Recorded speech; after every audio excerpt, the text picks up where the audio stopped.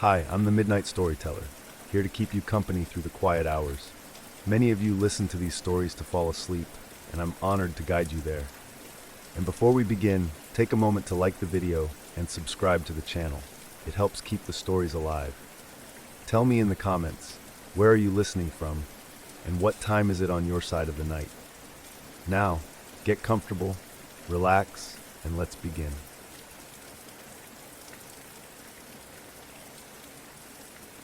Nolan Levinson liked quiet things, server rooms with steady hums, spreadsheets with green check marks, and homes where no one knocked past 9.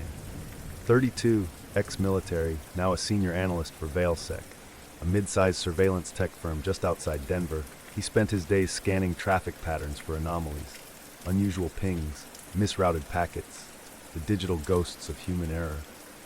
He lived alone in a small house on Juniper Lane, one of those prefab neighborhoods where the grass looked glued on and every home had the same polite, empty smile. His only companions were the devices he monitored, the voice-activated lights, the always-listening thermostat, the security cams tucked into his porch awning. At work, he reviewed residential audio for flagged phrases, things like, "I want to die," or "I think he's watching me." People overshared with their machines. VeilSec's AI cataloged and tagged them under vague labels like sentiment distress or urgency medium. But lately, Nolan had started noticing something else. Unfiled logs, hidden in audit folders, brief sound bites marked with no timestamp, just a single line of metadata. Voice match, 100%, Levinson, he frowned. He hadn't said anything. The first clip was only 3 seconds long. A soft whisper buried in white noise, spoken just once. "Don't forget the storm." The voice was his, not similar, identical. Cadence, tone, even the slight rasp he'd picked up after a chest infection last fall. But he'd never said those words, not into a mic, not ever. He replayed it 10 times, filtering out background static. No origin tags, the waveform was clean, too clean. Almost like someone had clipped the audio out of a dead channel and dropped it there, waiting to be found. He checked other logs, a dozen more, each tagged to a different employee. Always whispers, always in the same voice as the target. Phrases like, "You never told her, and that's not your memory." He ran diagnostics, suspecting malware, or maybe some sadistic prank by another analyst. But then he found the one tagged late .02.1.v4. He clicked it. "It was the night you got lost," the whisper said, breath brushing into his ear, "but you came back dry." Nolan pushed back from the desk, pulse hammering. No one knew about that. Not even his parents. That night had vanished from their memories like a switch flipped. He sat still, listening. He tried to laugh it off, told himself it was an internal joke gone rogue, maybe an old training simulation reactivated. But the feeling stayed, like a draft through a sealed room. 2 nights later, he stayed late. The building emptied by 8, but his terminal kept blinking, updating. At 9:41 p.m., the security feed in the lower right corner glitched. A shape stood outside his office window. Nolan squinted. Male, same build, wearing a company jacket with the VeilSec logo faded like his. The figure turned. In the reflection of the glass, he saw his own face looking back. He froze. Switched cameras. Nothing. The next morning, he asked HR about the strange audit files. They looked confused, then concerned. "Mr. Levinson, you're not listed in our records," the woman said, frowning. "You're not an employee here." He showed his badge. She scanned it. Invalid user. Back at home, he spoke into his smart speaker. "What's my name?" The speaker hesitated, clicked softly, then answered, "You're not him." That night, his sleep was broken by whispers, practicing his voice, one syllable at a time. The final audit log arrived at 3:12 a.m. It bypassed the firewall and appeared on his desktop, a real-time trace of his VeilSec credentials logging in from 2 locations. 1. His house. 2. A condemned VeilSec testing site 40 miles away. Closed 5 years ago. He drove there at dawn. The gate was rusted open, no security, just peeling walls and smashed terminals. Yet one camera light blinked, alive. He checked the feed from his phone. There he was, entering the building. But he hadn't crossed the threshold yet. His hands trembled. The live feed showed him, his body, his walk, even the same watch, but the watch was on the right wrist. Nolan wore his on the left. Inside, his double moved with eerie precision. No hesitation, no pause, like someone retracing old steps. Then, the feed showed the double stopping, staring directly at a security camera. It smiled. Outside, Nolan looked up, realizing the camera he was watching from was pointing at him now. The screen updated. Subject exit null. He hadn't entered yet. But the building believed he had. The system no longer needed his confirmation. Only one version was leaving. He never remembered stepping through the threshold. But the next morning, Nolan woke in his bed. His clothes were folded. His badge hung neatly on the doorknob. The lights responded to his voice again. The speaker greeted him cheerfully. Everything felt right, except the watch was on the wrong wrist. At Valesec, his terminal logged in instantly. Colleagues greeted him by name. No errors, no whispers, not even in the background static. Only he seemed to notice the shift. The thermostat now called him Mr. Levinson, a title he hadn't programmed. His fridge played different morning news stations, ones he'd never bookmarked. His reflection lingered a half-second longer than it should. That night, he reviewed archived security footage. On the oldest reel from years back, he saw himself, maybe, a version of him. Lost, barefoot, in the rain, eyes wide, clothes soaked. It was the night he'd come home dry. He turned up the volume, a whisper threaded through the rain. You'll swear you heard yourself whisper. The screen flickered. Then he was watching a live feed again, inside his house. The man in the frame looked up and smiled. The end.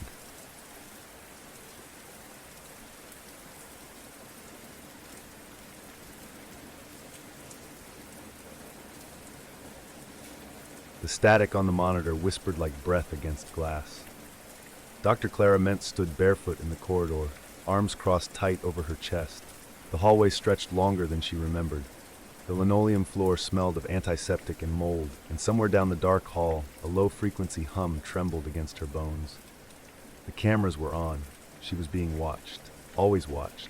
Inside Observation Room 1, Patient M slept peacefully.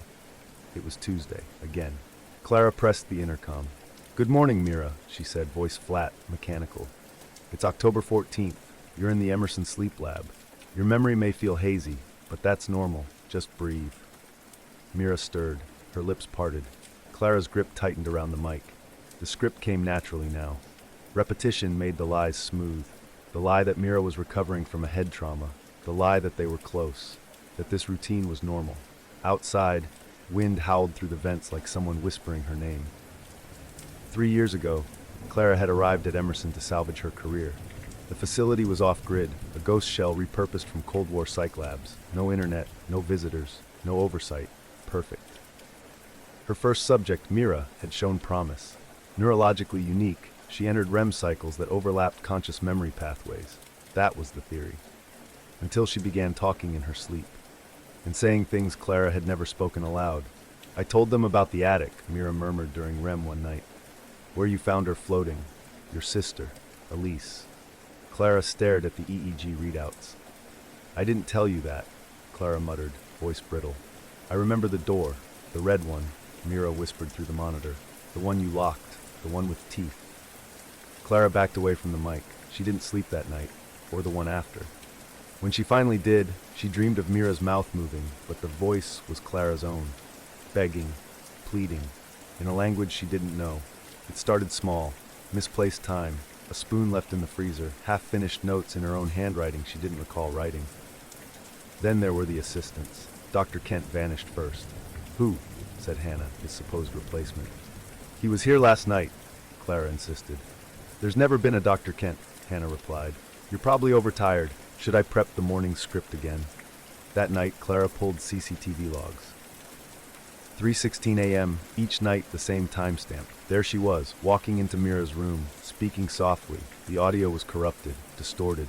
Still, her mouth moved like a puppet's, like someone else was wearing her. The notebooks appeared 2 weeks later. They were hers, her handwriting, her sketches, her symbols, each dated decades prior, 1987, 1992, 2005.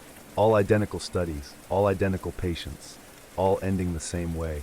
Memory anchor lost, reinitialization triggered, and beneath it a final note in smeared ink. "You must wake her before she forgets you, or you'll be next." Tuesday again. Mira sat up in her bed without prompting. No confusion in her eyes, no fear. "I remember now," she said. "The first version of you." She screamed a lot. Clara froze. "You thought I was the subject." Mira smiled, her lips dry and cracked. But you were always the anchor. You're confused. She forgot you. That's why you're here. It's your turn again. Clara reached for the intercom switch. Her fingers shook. You should wake me, Clara, before I forget you too. Clara strapped herself into the REM harness, syncing her EEG to Mira's. The lab was silent. All the rooms felt smaller now, compressed, watching. She closed her eyes. Sleep came fast, too fast. She dreamed of red doors, of drowning rooms, of Liz's pale arms reaching through a memory that wasn't hers. She stood inside Mira's room. Mira sat upright, unmoving.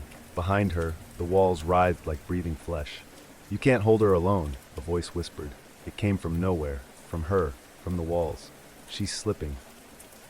Clara turned to leave, but the door was gone. Only the mirror remained. She approached. Her reflection wasn't hers, it was Mira, smiling. She woke up screaming, or thought she did, but the facility was quiet, too quiet. She stumbled to Mira's room. The bed was empty. No, Clara whispered. On the monitor, Mira still slept, eyes open, breathing slow. Clara looked through the glass and saw herself lying on the bed. The woman inside was still, breathing. But the eyes, they were hers, Clara's. She pounded on the glass. The figure in the bed blinked once, slowly. Clara screamed. Tuesday again. A new doctor arrived, young, fresh-faced, eager. He was told nothing about Dr. Mentz. Inside the chamber, Mira sat up as if on cue. Good morning, he said into the mic. It's October 14th. You're in the Emerson Sleep Lab. Your memory may feel hazy. Mira interrupted. She forgot you too. He blinked. Don't worry, she said. You'll remember it when it's your turn. In the observation room, a single note is taped to the wall. Wake her, before she forgets you. The camera ticks to 3:16 a.m., and the new doctor is already standing at the chamber door, mouth moving, speaking in a voice that isn't his. The end.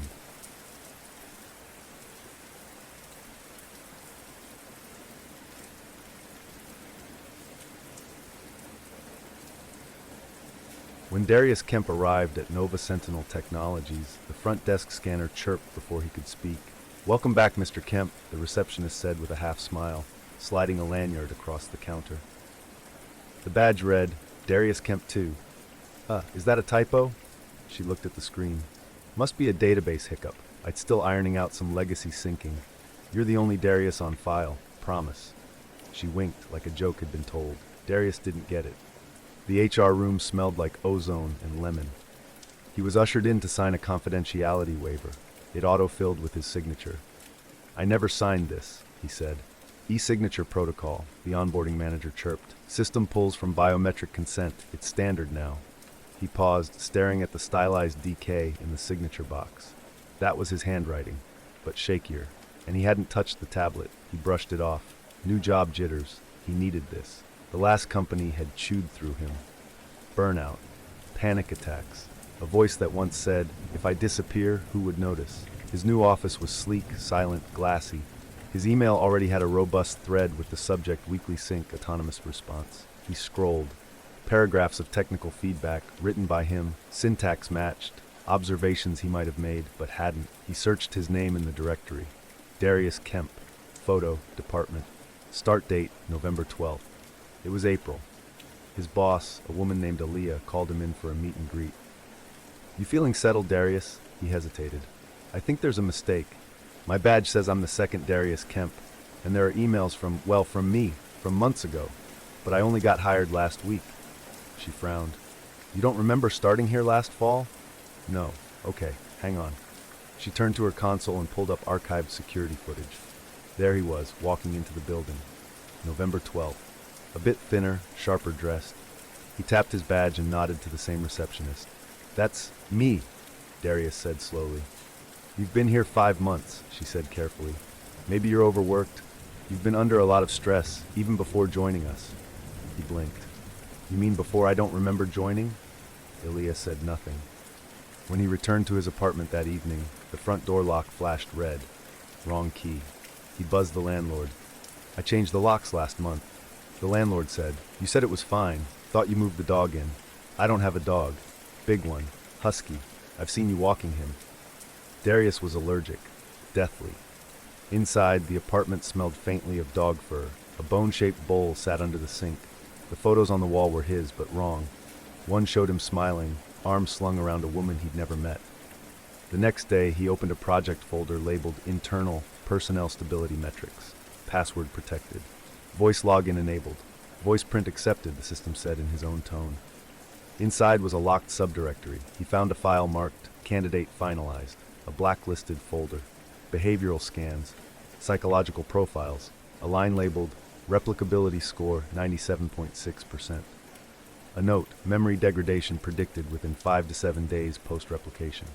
Another document, training phase complete, subject now functionally autonomous, original retained for calibration, then decommission. He stepped back from the screen.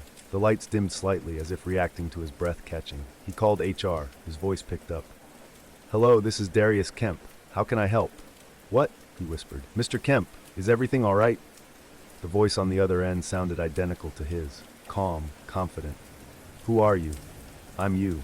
Just a little better, a little steadier. You taught me everything, Darius." Click. His ears rang. He pulled open the desk drawer. At the bottom was a note, handwritten. His writing. "They needed me stable enough to train the replica, but unstable enough to forget. You weren't supposed to wake up again." That night, as he packed to flee, his laptop chimed. A message blinked on screen. Alert, sync failure, memory bleed detected, termination required.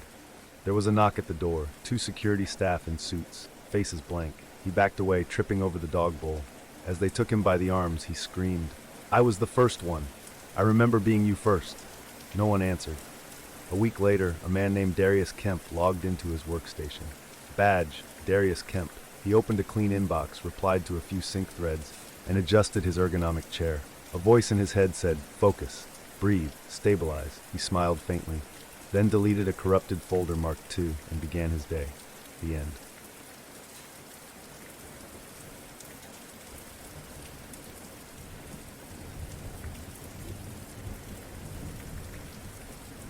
Ray Delaney poured shots for 2 men arguing about Led Zeppelin and ghosts. The men laughed like old friends, slapping the bar. They didn't notice Ray wince when the bottle touched her stitched wrist. She hated the way the place smelled at night, like melted vinyl and something deeper, older. The clockless bar, Boston outskirts, no clocks allowed, no mirrors either, just flickering neon and a rule repeated like gospel: never stay past the final order. The manager said it with a smirk, the way old men talk about unsolved murders. Ray, 26, 6 months clean and still second-guessing every shadow, nodded like she believed him. Truth was, the job was all she had left. Tonight dragged like a needle through skin. By 1 a.m., she thought, most of the regulars had stumbled out. She rinsed glasses, hummed to keep herself from drifting. Then the door wouldn't open. Ray jiggled the lock, yanked the bolt, even kicked it. Nothing. Her phone, 3:13 a.m. The bar's glowing LED clock, 12:15, unmoving. She turned. The patrons were still seated, but utterly still. One had a beer half lifted to his lips, foam frozen like candle wax. They weren't breathing. "Okay," she whispered. "This is relapse territory." She slapped her cheek. Nothing changed. Then a soft click behind the bar. A door she'd never seen before, a seamless wall panel now ajar. Inside, blackness so dense it seemed to hum. It didn't exist on the blueprints. She was sure of it. She should have run, should have screamed. Instead, Ray stepped inside. The hallway yawned downward, lined with liquor bottles that shimmered like glass teeth. The floor pulsed under her feet, soft as a tongue. At the base of the stairs, she found a room shaped like the bar. Same layout, same stools, and behind the counter, herself. This Ray sat slumped, face gaunt, skin purpled with bruises. She didn't look up. A low television hum filled the space. One old TV, high in a corner, played fuzzy footage, Ray sleeping in the break room. But Ray was standing here, awake. She moved to leave, but another Ray stepped into view, then another, and another, dozens, maybe more. Each Ray tending her own version of the bar, some sobbing, some laughing too loudly. One was curled fetal behind the taps, none looked free, none looked alive. One approached. Her skin looked stitched from the inside. Her teeth were wrong, too square. She smiled and whispered, "You shouldn't have stayed for the final round." "I'm not. This isn't real. This isn't real." The stitched Ray tilted her head. "We all thought that. We all tried to go back. I'm getting out." "You can't," the stitched one said softly. "But you can. Switch." "What?" "You stay here. I go up. Fresh skin. You sleep. I serve." Ray backed away. No. A flicker. Suddenly Ray was back at the top of the hallway, but the bar was off. The stools were reversed. The ceiling fans spun the wrong direction. The patrons turned slowly, in unison, faces blank. Her phone buzzed. No messages, no signal. Just a new background image. Ray, smiling behind the bar, eyes black as night. She screamed. Bottles shattered. TVs across the bar sparked to life. Every screen showed her face, smiling, smiling, always smiling. She ran for the break room. It was locked. She ran to the front door. Locked. She screamed again, loud enough to bleed her throat. Then, silence. She blinked. The lights were back to their dull yellow. Music played soft Motown. The bar smelled like bleach and bourbon. Ray stood behind the counter, drying a glass. Her wrist ached, but the scar was gone. A man approached the bar. Young, tired, looked a lot like her 6 months ago. "You knew?" she asked, smile practiced. He nodded. "First shift." She poured him a Coke. "You clean?" she asked. He blinked. Yeah." She leaned in, voice low. "Don't stay past the final round, Jonah," he frowned. "How'd you know my name?" Ray only smiled. Behind her, the bar's LED clock read 12:15. It never moved. The end.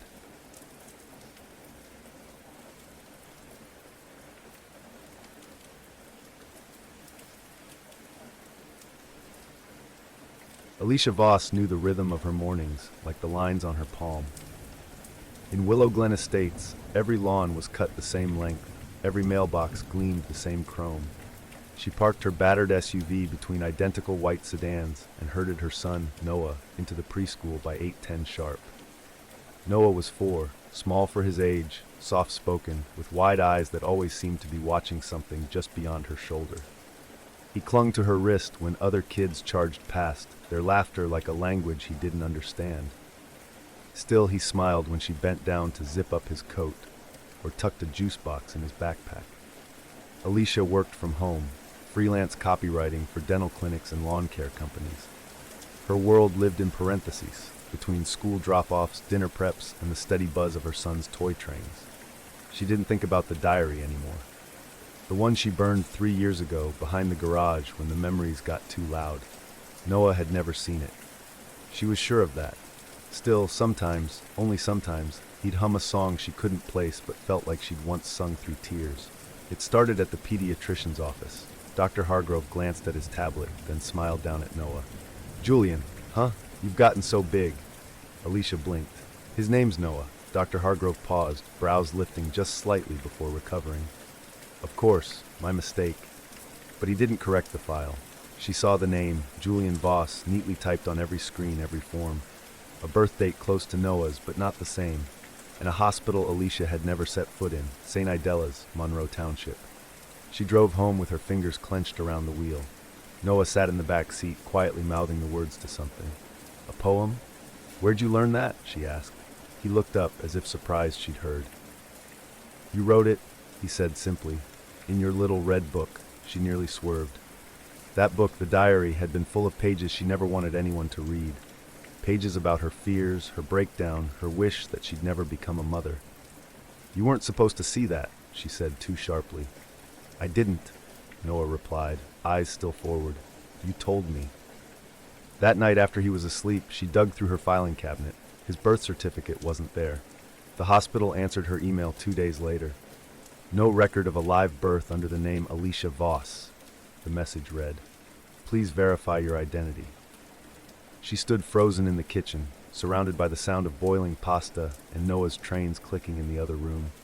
Her thumb hovered over the reply button, but no words came. Later that week, her neighbor, Melanie, approached as Alicia dragged garbage cans to the curb. "You look tired," Melanie said, eyes darting to Noah playing in the yard. "Is it happening to you too?" Alicia stared. "What?" "They changed mine out last summer. Didn't even tell me. You think you're losing your mind, but you're not." She handed Alicia a small silver key. "Storage unit 319, on Bellevue. It helped me understand." Inside the unit, Alicia found cardboard boxes stacked like graves. Photos spilled from the top, children grinning beside their mothers. But names were scribbled on the backs in black marker. All wrong. One photo showed a girl labeled Sophie, but Alicia recognized the child as May from down the street. One box held a photo of Alicia herself, smiling. But the boy beside her wasn't Noah. Alicia stormed into the school district office the next morning, dragging a picture of Noah in her trembling hand. The receptionist blinked at her, confused. "There's no record of your child in our system," the woman said. "No Noah Voss. No Julian Voss. Ma'am, are you sure?" "I dropped him off here last week," Alicia shouted. "He made macaroni penguins. He cried when his nap mat was gone." "Security," the woman said softly into her headset. Alicia ran before they arrived. By the time she got home, the house across the street, vacant just days ago, had a red tricycle in the driveway. The same model she bought Noah last weekend. Identical toys littered the yard, even the stuffed bear with one eye missing. She dialed the police. "Ma'am," came the calm voice on the line, "there's no record of you ever giving birth. But he's here, my son is here. He's..." The call disconnected. Heart pounding, Alicia ran upstairs. Noah's door was shut. She tried the knob, it didn't turn. The seams around the frame looked off. Not paint, not trim, cement, bricked in, from the inside. "Noah," she whispered, pressing her ear to the wall. Silence, then a soft knock. From inside the wall. She didn't sleep. The next morning the house was different. Noah's shoes were gone from the mudroom. His cereal bowl, always half full of milk, was dry and clean. His art, stick figures and scribbled suns, was gone from the fridge. Only blank magnets remained. She ran to his room. The door was gone. Where it had been was now smooth, unbroken wall. No seam, no handle, no trace. The air was too still, the light too bright. Her phone had no photos of him, no texts, no reminders. His tiny voice, high and sweet, had vanished from her voicemails. The pediatrician's number? Disconnected. She screamed until her voice cracked. When the silence finally settled, she walked the whole house. Every room neat, single-occupant furniture, one toothbrush, one plate, one towel. She stood at the wall that used to be his room. She pressed her hand flat against it. Behind the plaster, so faint she might have imagined it. A breath, then quiet.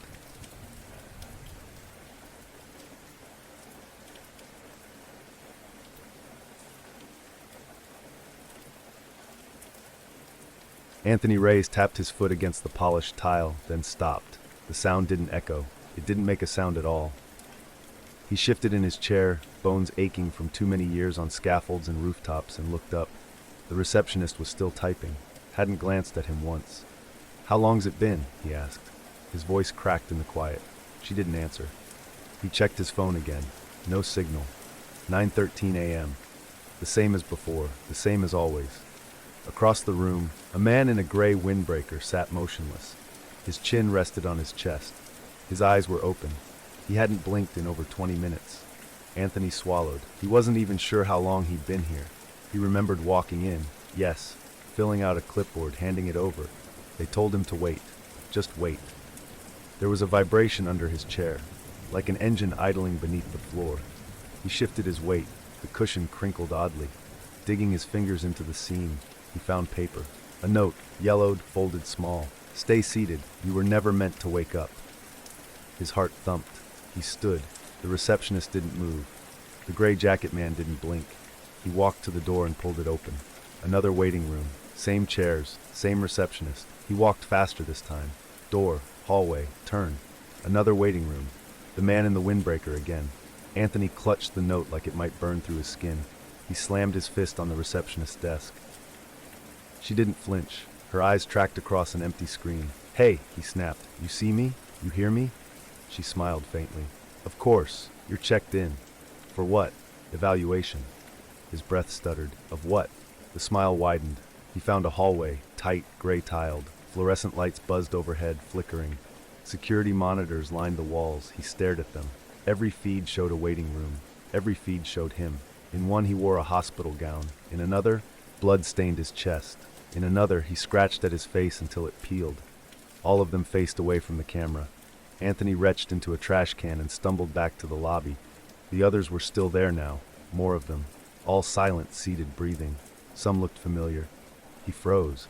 The old man in the far corner, Reggie, from the Fremont job, crushed under steel, dead 3 years.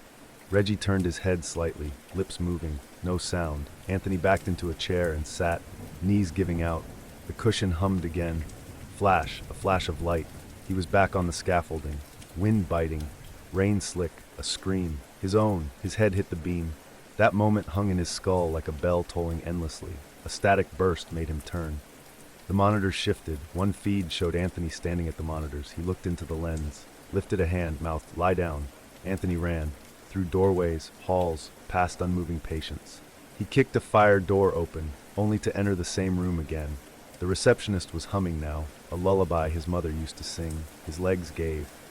He curled into the chair. When he opened his eyes again, the lights had dimmed. The hum beneath the chair was gone. The receptionist was watching him, really watching him. Her pupils were pinholes. "Congratulations, Anthony."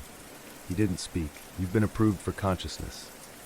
She pointed to the glass wall. It had gone reflective. He saw himself, dozens of himself, each one frozen in place, mid-sentence, mid-breath, none blinking, one smile, the end.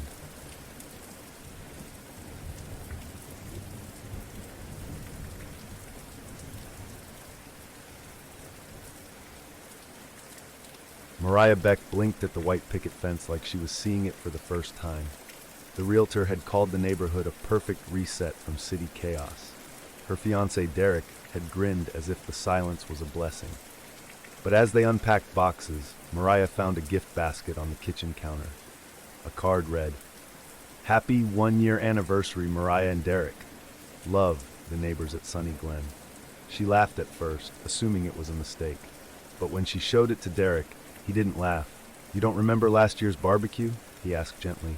"There was no barbecue. We just moved in yesterday." Derek's face stiffened. "You're tired. Let's just relax, okay?" That night, she didn't sleep. The air felt too clean, too still, like a paused video. The next morning, another basket waited on the doorstep, cookies shaped like their house. Another note, "So glad you loved our holiday party. We should do it again." She stared at the card until the ink blurred. She hadn't gone to any parties. At the HOA office, Mariah demanded to see camera footage. The receptionist, smiling too widely, obliged. The screen lit up. There she was, pulling weeds, smiling at the mailman, jogging in patterned leggings she didn't own. "See," the receptionist said, "you've been such a lovely addition to the community." Mariah went home and locked the doors. By day 5, her reflection started lagging. She brushed her teeth and watched herself finish brushing after she had stopped. The reflection mouthed the sentence she hadn't spoken. "Don't look behind you." She turned. Nothing. She confronted Derek. "You said we moved in last week," she snapped. "But everyone says it's been months." He looked exhausted. "We've lived here for over a year, Mariah. Maybe you need help." He handed her a stack of photographs, their house in every season, smiling with neighbors, holding sparklers. In each picture, her smile was too exact, identical, perfect, like a stencil. She stopped sleeping. On day 7, she noticed something strange in the floor plans tucked into a drawer, an unlabeled room wedged behind the hallway closet. She tore into the drywall, hands bleeding, heart pounding. Behind the plaster, a narrow door. Inside, a gray, silent chamber. Monitors, VHS tapes lining shelves, each one labeled by date, in neat handwriting she didn't recognize, but felt was hers. She picked a tape at random, dated 6 months ago, pressed play.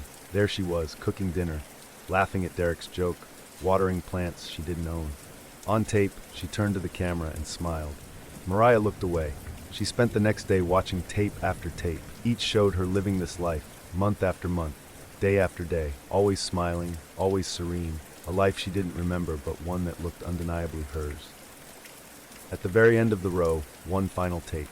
Label, "Tomorrow." Hands trembling, she pressed play. The screen flickered. Mariah appeared. Same clothes, same bruises on her knuckles from tearing into the wall.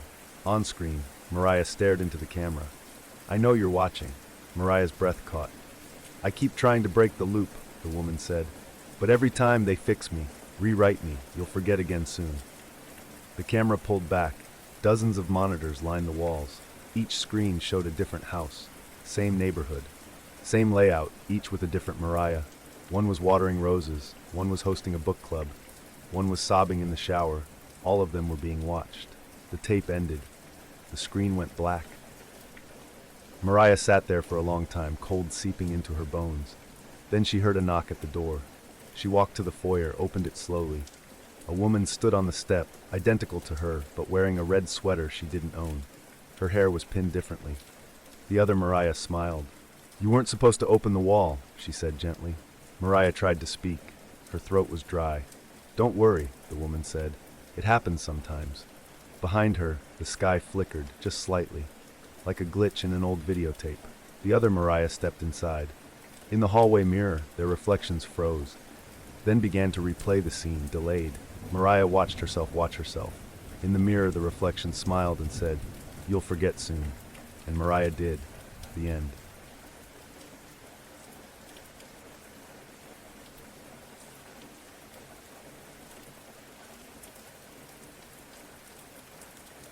The voicemail started normal enough, some static, breathing. Then Talia's voice, high and smooth, the way Dean remembered it. "Dean, I think I'm okay, a crackle. Then nothing for 4 seconds. Then his own voice, warped and hollow, like it was recorded through a fan. "Don't look at her mouth." Dean replayed it 5 times in the motel bathroom, door locked, lights off. It didn't help. He still heard himself, warning about a woman he hadn't seen in months. He leaned against the sink, breathing shallow, watching his reflection, watching his mouth. Talia went missing after checking into a therapy retreat called the House Within, a wellness collective upstate. Light, sound, rebirth, their flyer had promised. It was shuttered now, burned out from the inside. The walls melted into black clots of ash and ceramic tile. No known survivors, no explanation. But people in town said they'd seen her since, or someone who looked like her. "She came into the store, bought batteries," said a cashier. "Had her walk, her eyes, but she smiled different, too many teeth." "She waved to my daughter at the park," said another, "but she didn't blink, not once, stood by the swing set, swaying, mouthing something." "What was she mouthing?" Dean asked. The woman hesitated. "My daughter said it sounded like the alphabet, but not in order." He tracked the name Echo Girl to a chat room buried in a dead web archive. People told stories, conflicting ones. All ended the same way. "She had your face, but not your voice." Dean watched the recovered footage in his motel that night. The tape was warped, colors bleeding like oil on water. A timestamp in the corner counted down. The image, Talia sitting cross-legged in a white room, bare walls, no sound. She looked at the camera, not into it, at it, like it was a mirror. For 68 minutes she didn't move. Not a blink, not a twitch. But her mouth did. Tiny shifts, lip to lip, subtle, like she was practicing. Dean fast-forwarded, stopped, rewound. Her lips formed a word, then another. "The girl at the market with too many teeth." His heart stilled. He had said those exact words 2 days ago during an interview. She had mouthed what he would say before he said it. The motel clerk called him Mr. Ryle with a grin he didn't like. "Got a delivery for you," he said. "Left in the lobby, lady with a green scarf, said you'd want it." Dean unwrapped the parcel in his room, a VHS tape labeled them, not her, not Talia. He watched it anyway. It showed the therapy group, 6 people, hands clasped, sitting in a circle, 1 chair empty. Talia's. They chanted a phrase, low humming, "I see myself, I see myself, I see myself." Then the screen cut to black, but the audio continued. Dean leaned in, rewound, listened again. The voices layered, grew distorted. A 7th voice joined, his. It said, "Don't look at her mouth." On his 4th day, Dean went to the church, St. Agatha's, half burnt and locked up since the fire. Locals whispered it was where they had held their final session. He found the side entrance pried open. Someone had been there recently. The air was heavy with wood rot and singed incense. He descended into the basement. The pews were full. He stopped breathing. 30, 40 people, sitting perfectly still, watching him. And every single one of them had his face. Different clothes, different ages, but his face. They didn't blink, they didn't move. Then one spoke. "I remember when she smiled," it said. A voice that wasn't his. It was Talia's, soft, like an old lullaby. Then another, Dean said, "She wasn't her anymore." And another, "She made room." Dean stepped back. His foot hit a metal bucket, sent it clanging into silence. That's when she appeared, at the pulpit. Talia, or what used to be her. Same green eyes, same dark braid, same dimples. But the moment she opened her mouth, he knew it wasn't her. The sound came out in his voice. "Dean," she said, smiling. "I've been echoing you. You make a good imprint." His knees went soft. The other Deans stood up in unison. Talia, or what wore her face, continued. "You left so many phrases lying around. We made a language from them." He backed toward the stairs. The group chanted in staggered harmony. "I see myself. I see myself. I see myself." Dean turned and ran. He didn't stop until he reached the town's edge. The motel was abandoned when he returned. His car, gone. his wallet on the bed cleaned out except for one Polaroid. It showed him, sitting in the pews, smiling, mouth open mid-speech, eyes hollow. On the back, scrawled in faint pencil, "She's ready to learn another voice." He went to the payphone outside, dialed 911, got static, then a voice, his own. "Don't look at her mouth." Then Talia's voice, "Too late." Some nights, Dean dreams of standing in that church again, except he's facing the pulpit, not sitting. And the pews are full of people, not with his face, but hers. All of them. They smile with different mouths, and they speak with someone else's voice. The end.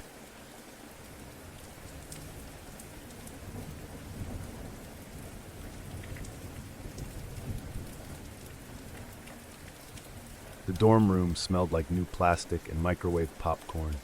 Liam sat on the edge of his bed, unopened boxes crowding the floor. His roommate hadn't arrived yet, which gave him a moment of quiet, a rare thing these days. He was 19, officially a college freshman. Everyone back home had called it a fresh start. His mom had cried when she dropped him off. "You're gonna do great," she whispered into his shoulder. "Dad would be proud." That part always felt like a wound being poked. His dad had died when Liam was 12, a car crash no one saw coming. One minute he was there, warm, joking, always making pancakes too early on Sundays, and then he wasn't. Gone.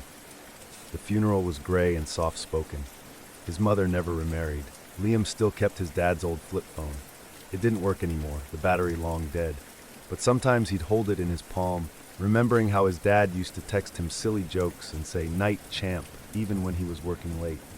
Now, as he stared out the window at the rust-colored leaves, his new phone buzzed. "Dad, proud of you, champ. You made it." Liam blinked. He stared at the screen for a long time, too long. His hands felt cold. He hadn't saved a number under that name, and no one called him champ anymore. At first, Liam tried to laugh it off. Maybe it was his mom. Maybe she saved the number as a joke. Maybe it was some weird sentimental thing. But when he asked her, she only looked confused. "I wouldn't joke like that, Liam. You know that," she said, her voice tight.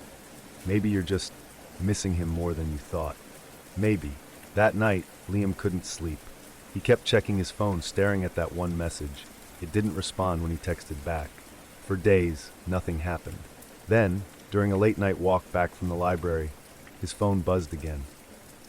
"Don't forget your inhaler. It's in your top drawer. You forgot it again." His stomach dropped. He hadn't told anyone he still kept an inhaler. The asthma had faded when he was 16. He only kept one as a backup, stuffed in his drawer just in case. No one at college knew. He didn't answer the message. He just stood there, under the flickering street lamp, his breath fogging in the autumn air. The shadows seemed to shift at the edge of the path. The next morning, he went to the campus tech center. A student technician looked at the number, frowning. "This SIM card is active," she said. "Registered in New Jersey, activated last week." "Can you trace it?" She shook her head. "No location access.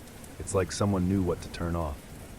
That night, Liam dug out his dad's old phone from a box beneath his bed. He plugged it in for the first time in years. The screen blinked to life. A soft blue light glowed. One new message. Message received 3 days ago. The message on the old phone was just 5 words. "Don't tell her, she lied." No sender info, no reply option. Just a cold sentence blinking on a screen that shouldn't have worked at all. Liam's hands shook. He turned the phone over. The SIM card, his dad's old one, wasn't even inserted. How had it received anything? He didn't tell his mom. But that night, he started dreaming again. Those old gray dreams from childhood. Endless white halls, bright lights humming overhead. He walked barefoot on cold tile past doors that had no handles. Sometimes he thought he saw himself in the glass, smaller, younger, hooked up to wires, crying without sound. He used to wake from those dreams gasping. Now he woke staring at the ceiling, heart silent, skin clammy. In a moment of curiosity or panic, he ordered a DNA kit online. The kind that told you your ancestry, your roots. The results came in faster than expected. Just one line stood out: biological parent not identified, file sealed by federal request. No matches, no father listed, just a red lock icon, sealed. That night, Liam called the number. The phone rang 3 times. Then a voice answered. "Champ," it said. It was his father's voice. Same rhythm, same warmth. But the way it said the word, "champ," something stretched in it. like it didn't fit the mouth it came from. "Who are you?" Liam whispered. Silence. Then, "You're almost ready, just like we hoped." Liam barely spoke for the next 2 days. His roommate noticed, but Liam just smiled and said he was tired. His mom called. He didn't answer. Instead, he dug. He started with his dad's name, newspaper archives, forums, darker corners of the internet. Most links were dead or led to blank pages. But one old message board post, barely legible, caught his eye. "Project Fatherlight, genetic overwrite trials. Look up 3B. His hands moved faster now. He searched again. Project Fatherlight, prototype 3B. Finally, in a dusty medical database, hidden behind 6 dead links and a paywall he bypassed with a student login, he found it. A scan of an old hospital ledger. Yellowed, faded. Patient ID, prototype 3B, name assigned. Liam Carter, status most stable. Notes: behavioral mirroring successful. Memory injection stable. Warning: do not disclose parentage. Risk of total rejection event. Liam pushed back from his desk, chest heaving. He wasn't a son. He was an experiment. He called the number again, rage now stronger than fear. "Why?" he snapped. The voice was calm, too calm. "You were the only one who didn't scream when it started. You asked for a name. You called me Dad, and I stayed. What am I? You're the one who lasted." The line went dead. A final message came through. Coordinates. Liam stared. They pointed to a forest in Vermont, a place he'd dreamed of since childhood, a place he'd never been, until now. The forest was silent. Pine needles crunched beneath Liam's feet. He followed the GPS to a clearing shaped like a perfect circle, too perfect. In the center stood a metal hatch, half buried in moss and thyme. No sign, no lock, just a keypad, 4 digits. He typed his birth year. The hatch clicked open. Stale, recycled air hit his face. A ladder led down into shadow. He descended. The lights flickered on as he stepped into the hall. White tiles, bright ceilings, doors without handles, just like the dreams. Inside one room, a boy lay on a table. Tubes ran from his arms. His face was Liam's, younger, pale, sleeping. Another room, same face, older, smiling in sleep. A woman sat beside him, humming a lullaby. Room after room, dozens. All him, all different. A screen lit up beside the last door. "Welcome back, 3B. The others will wake soon." Liam didn't scream. He just stared at his reflection in the glass. It blinked, but he didn't. The end.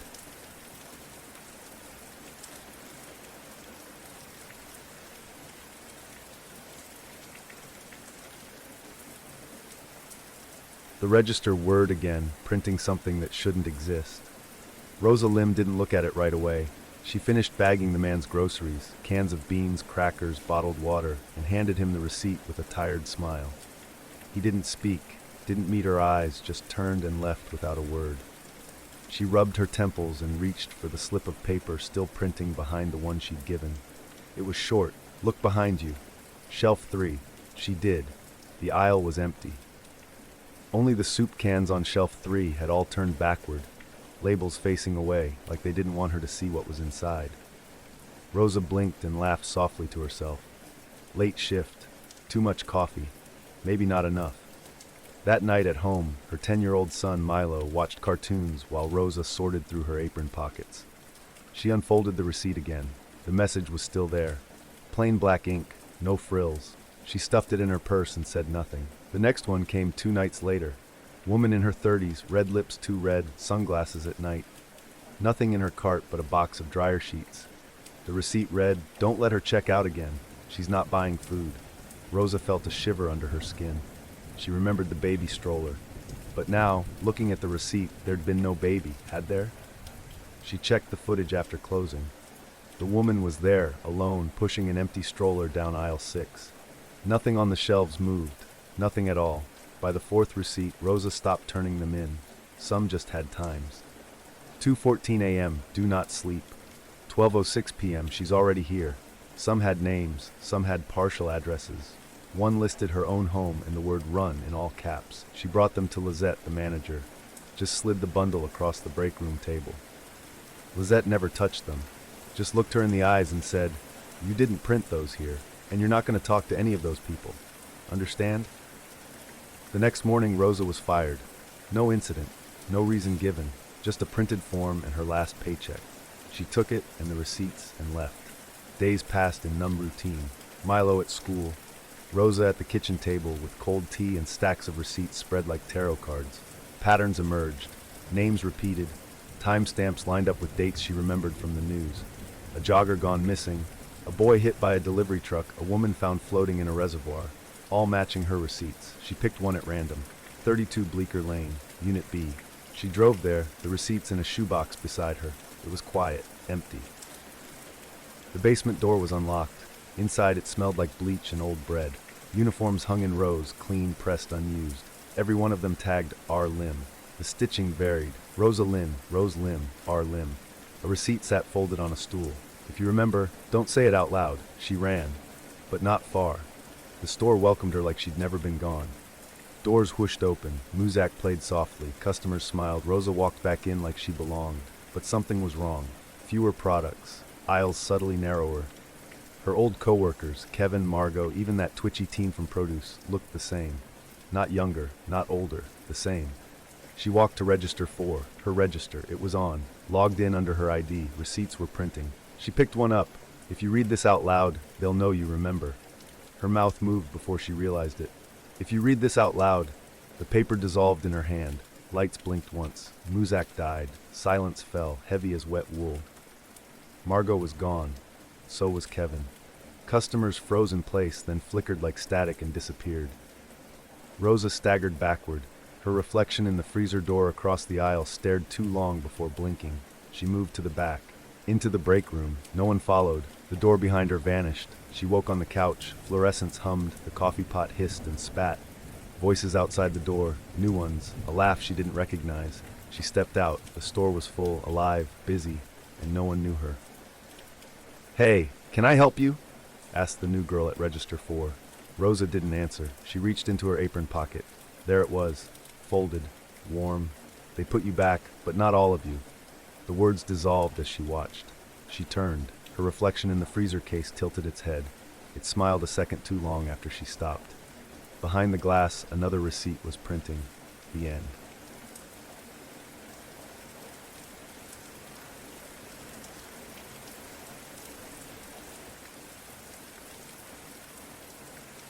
Gerald Minks blinked against the fluorescent haze overhead, the white ceiling tiles swimming in and out of focus. His throat burned and his mouth was dry, the taste of anesthesia still lingering like chemicals and ash. He tried to sit up, but the weight of the blanket felt wrong, too heavy, like it was pressing him into the bed, not covering him. A soft knock.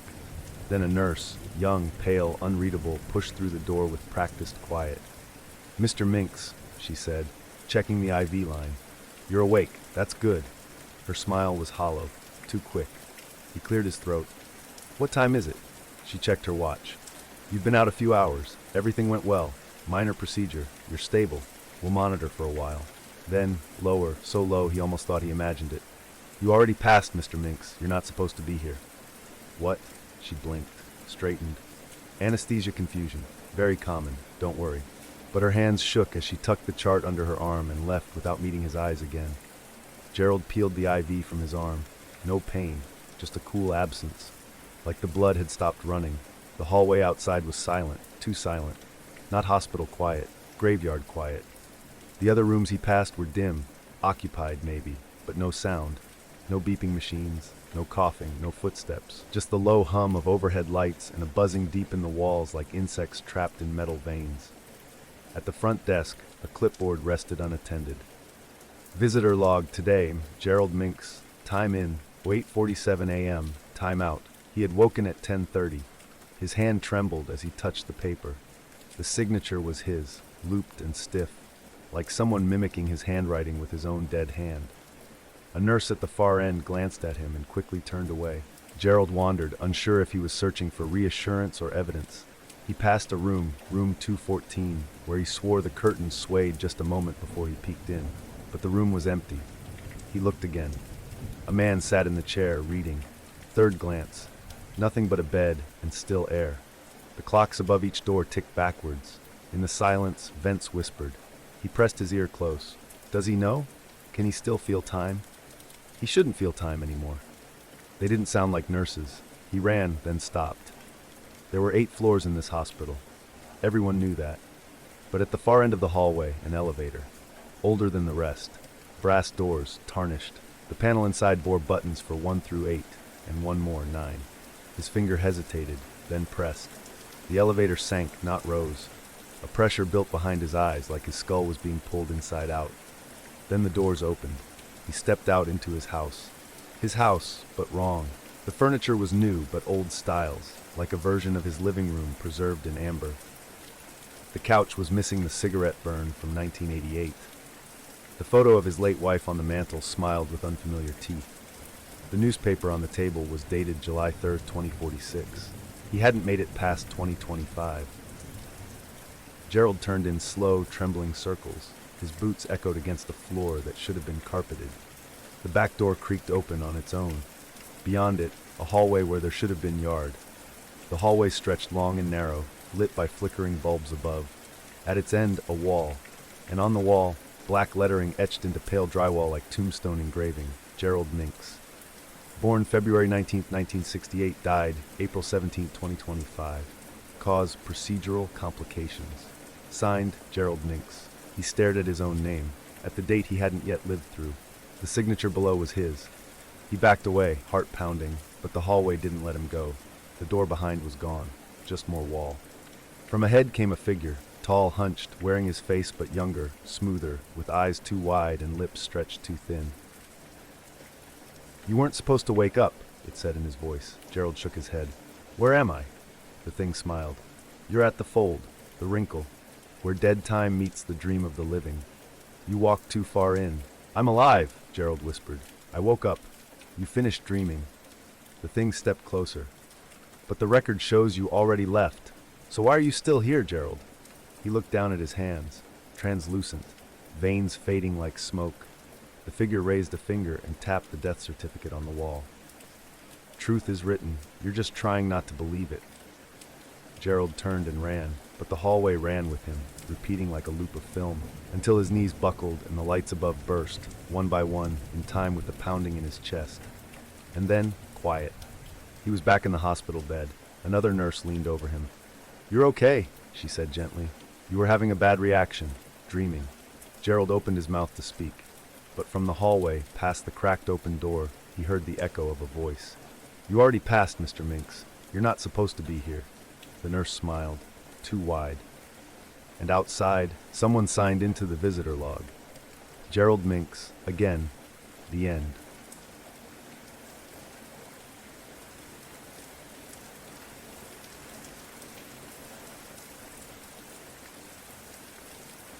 The tapes came in a moldy cedar trunk, the kind that used to sit at the foot of a bed in houses that always smelled like mothballs and slow regret. Lena found it in her uncle's basement, under a tattered tarp and a broken lamp shaped like a lighthouse. Her name was written in faded Sharpie on the side. Just her name, Lena Hart. Inside were VHS tapes, dozens, each one labeled the same way. Lena, date, the earliest from 1995. She would have been 3. There was one for almost every year. The handwriting was erratic, as if scratched in by someone who didn't want to remember doing it. The first tape showed her asleep in a twin bed, wearing a nightgown with little blue whales. It looked like her old room, back when her mom was still alive. The footage was dark but steady, just her, breathing slow. The tape ran for an hour. She fast-forwarded to the end. Nothing, just sleep. The next tape was from 2001. She was 9, and the bed was different. So was the camera angle, higher up. She watched the whole thing, waiting for something. But it was just sleep. Until the third tape. It was from 2008. She didn't remember the room, but the girl in bed was definitely her. Thin, with a mole above her lip. Halfway through the tape, something happened. Another her stepped into frame. Same body, same face. This Lena didn't lie down. She stood beside the sleeping version and stared, motionless, watching. Lena tried to skip ahead, but her TV froze and spat static. When she unplugged the player and turned it back on, the tape had rewound itself. The next morning, she found a fresh tape sitting on her VCR. There was no label. She didn't sleep that night. She sat upright on the couch with every light on, her phone recording the TV screen. When she checked the footage in the morning, it showed her sleeping in bed. Not the couch, the bed. The bedroom door had never opened. More tapes came, one a day. They always showed her sleeping in bed. Different angles, sometimes ceiling high, sometimes low to the floor. The watcher version was always there now, standing near the headboard, blinking in sync with the breathing Lena, like a mirror with lungs. She called her therapist. Dr. Lin said Lena might be experiencing dissociative episodes. Your subconscious may be attempting to replay suppressed memories, she said. Our brains, they make tapes too. Dr. Lin recommended an MRI. The scan showed old trauma, gaps, blank spaces in her neural activity. The technician said they stretched back nearly 20 years. That night, Lena finally played the glitched tape again. This time she didn't skip ahead. She forced herself to watch the whole thing. At first, static, then a burst of image. The camera shakes. The room comes into view. Lena walks into frame, wearing the hoodie she tossed out last winter. She walks to the bed where another Lena sleeps, older, matching her now. And then, slowly, she turns to the camera. Her mouth moves. It's hard to hear. The words are soft, like breath fogging up glass. Stop watching me. It's your turn now. The tape didn't end. The screen flickered, went black. The room around her, her real room, tilted slightly. Just enough to make her stomach lurch. The lights buzzed. The VCR clicked like a clock with a broken second hand. Then she woke up, in bed. Not the couch, not even dressed. The tape was still playing on the TV across the room, and there she was, on screen, standing over herself. Motionless, watching. She blinked. So did the Lena on the tape. She tried destroying the tapes, burned 5 of them in the sink. But they came back, new ones, same labels, same dates. Sometimes she'd find duplicates. One on her coffee table, another in her purse. She unplugged everything, sold her TV. Didn't matter. One morning, she found a tape inside her mailbox. No envelope. Just Lena, 2023, scribbled with the same familiar shake. Her sleep changed too. She started waking up in strange positions, standing, always standing.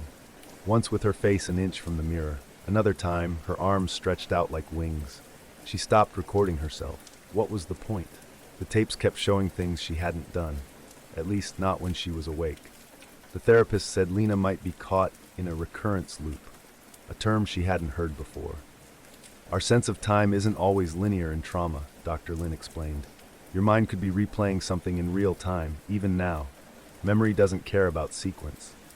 But how do I stop it? Lena asked. Dr. Lin looked at her, not blinking. You can't skip the end, she said.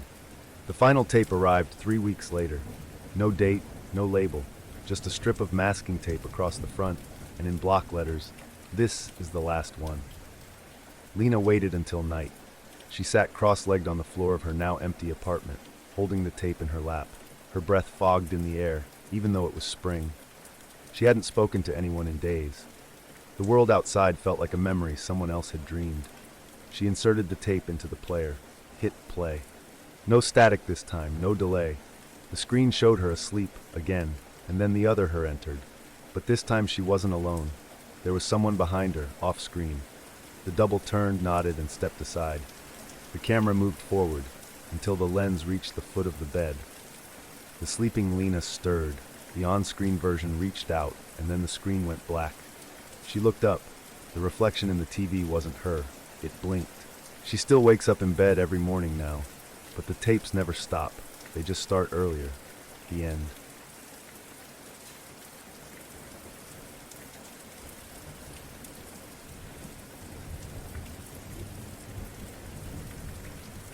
The morning was soft with fog, the kind that made edges blur, trees into clouds, roads into silence. In the town of Clear Rock, Oregon, everything moved slowly, especially the people. They nodded more than they spoke, and when they did talk, it was in hushed tones, as if afraid their voices might wake something better left sleeping. Mara Vint, 42, had lived there all her life. She walked to Clear Rock Elementary each day, same route, same sensible shoes, same pressed skirts. Children liked her in that quiet, uncertain way kids often like adults who don't ask too many questions. Her classroom smelled of pencil shavings and the faint vanilla scent of old books. She liked that smell. She liked the hush before the bell. She liked the way the mountains folded around the town like tired arms. She wasn't someone people noticed much, not the type for parties or church potlucks. Just a quiet school teacher with a cat named Silas and a tidy house near the edge of town. But something had changed. It started with the newspaper. She found it on her porch one fog-heavy morning, folded clean, name spelled out on the front page. Mara Vint, local educator, killed in tragic hit and run. Mara stared at it for a long time. She could still feel her heartbeat, still smell her coffee brewing. And yet, the headline didn't blink. Mara brought the newspaper to the sheriff's office. She half expected him to laugh it off, maybe offer a free coffee and send her on her way. But Sheriff Langley didn't laugh. He didn't even blink.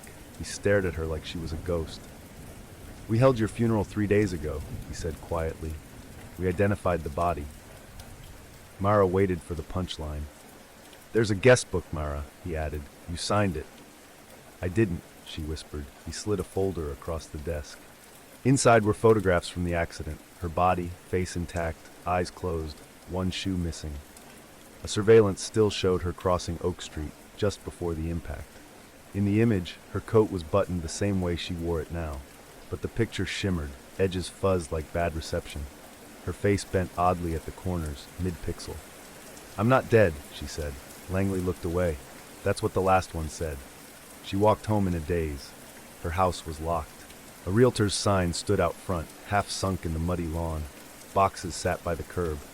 Inside, she could see her own furniture draped in sheets. Her cat Silas didn't come when she called. Just the wind through pine trees, sighing like something tired of waiting. At the school, the secretary stared too long before buzzing security. "You're not on staff anymore," she said. "We filled your position. Mr. Lynn teaches 5th grade now." "But those are my students," Mara said. "My class." The woman's eyes narrowed. "They don't remember you." Mara stood by the school fence as recess bells rang. A boy she'd taught last semester glanced up, his face going pale. He whispered something to the girl next to him. "She came back," he said, "but she's not the same." The nights changed first. Mara heard footsteps outside her window, slow and scraping, like someone dragging one foot. When she peered out, the yard was empty, but the grass was pressed down, a narrow trail winding toward the woods. At the library, she searched town archives for anything like what was happening to her. The lights above her flickered, buzzing with faint static. She flipped through old newspapers, fingers trembling. There it was, 1953. Obituary, Miss Mara Vint, beloved schoolteacher, dies in fire. Same name, same age, same face. The photograph made her stomach twist. She checked yearbooks, 1952, 1973, 1983. Every 10 years, someone with her face taught at Clear Rock Elementary. Always quiet, always well-liked, always dead within the year. The names changed slightly. Maria Vint, Mary Vint, M. Vint, always her. Back home, she dug through the funeral guest book Sheriff Langley had shown her. Her name was there twice, once signed in shaky ink beneath in loving memory, and again midway down, where someone had written Mara Vint in neat, familiar cursive. She ran her finger over it. It was her handwriting. At dusk, a knock came at her door. It was a former student, grown now, eyes wide with something deeper than fear. "We buried the wrong one," he said. His voice was barely breath. "You weren't supposed to come back." Mara opened her mouth, but no sound came. "It's your turn next," he whispered. "There always has to be one." Mara walked into the woods at night. She followed the trail that hadn't been there the day before, the pressed grass that twisted like a question. The air was colder here, sharper. Pine trees leaned in too close, their bark like skin with breath beneath. At the center was a clearing, and in the clearing her own grave. Fresh dirt, wooden marker, her name carved in block letters, Mara Vint. Beloved teacher, rest well. She knelt, the earth pulsed beneath her fingers. "You were never supposed to stay," a voice said. She turned.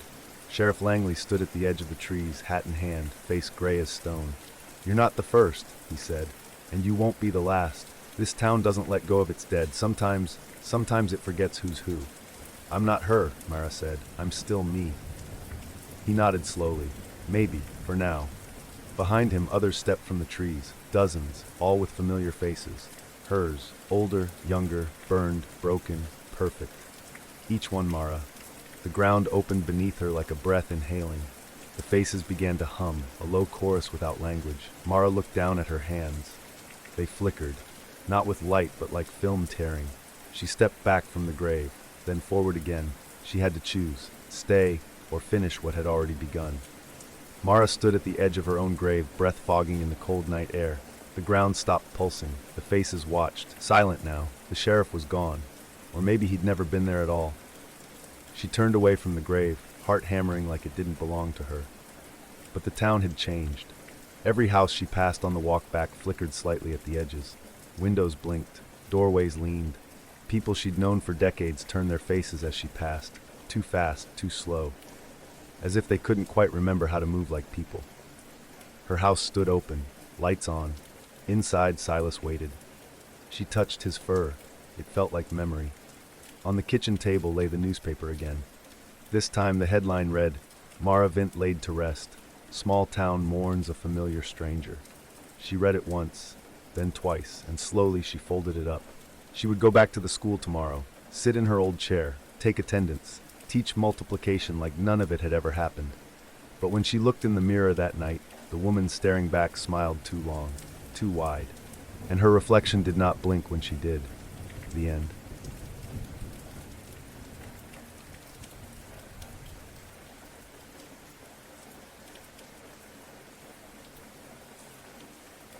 The scanner blinked red.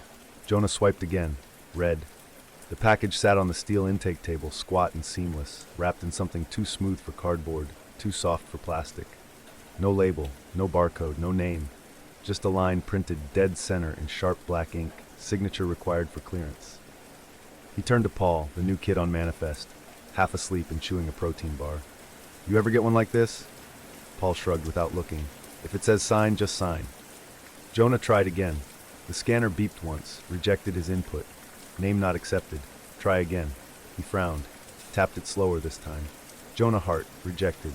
He was about to set the thing aside when Devin, the shift supervisor, appeared behind him. "You signed already," Devin said. Jonah blinked. "No, I didn't." Devin held up his tablet.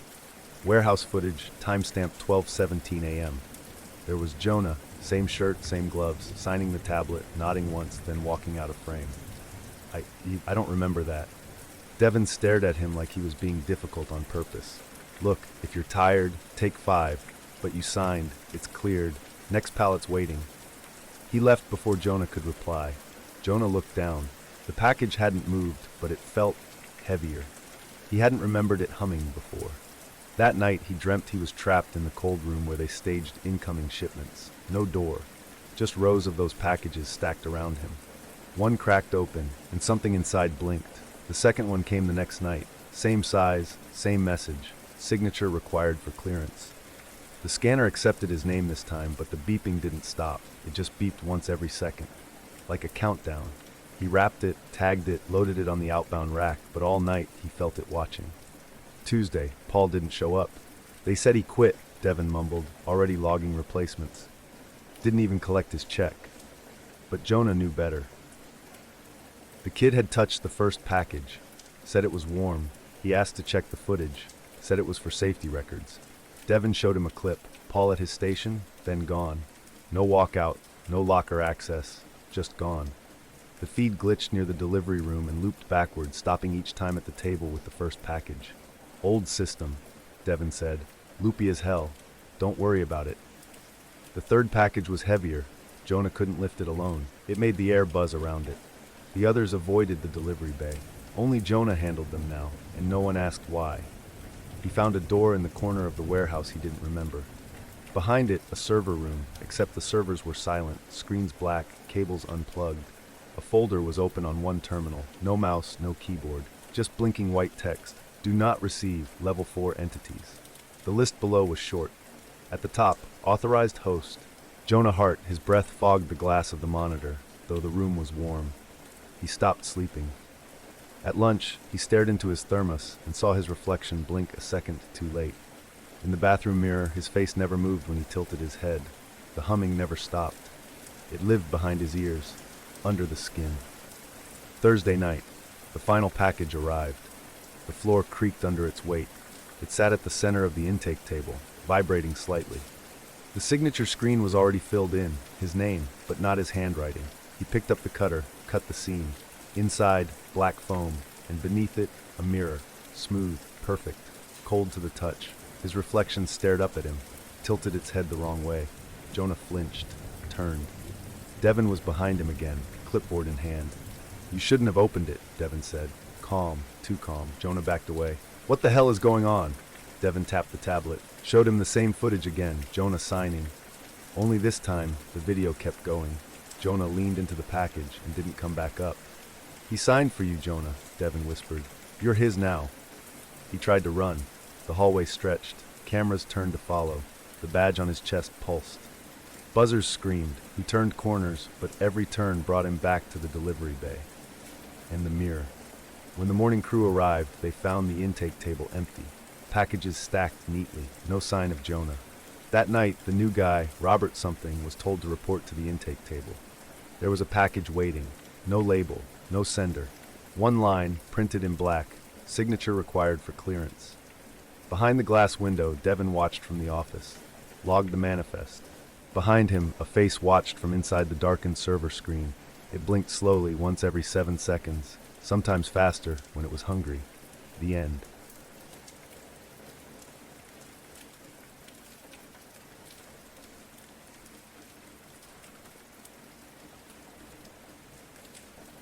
Alicia Trent stood in the attic of her childhood home, surrounded by boxes that smelled like dust and lavender soap, her mother's things, left for Alicia to sort now that the house and the history inside it were hers.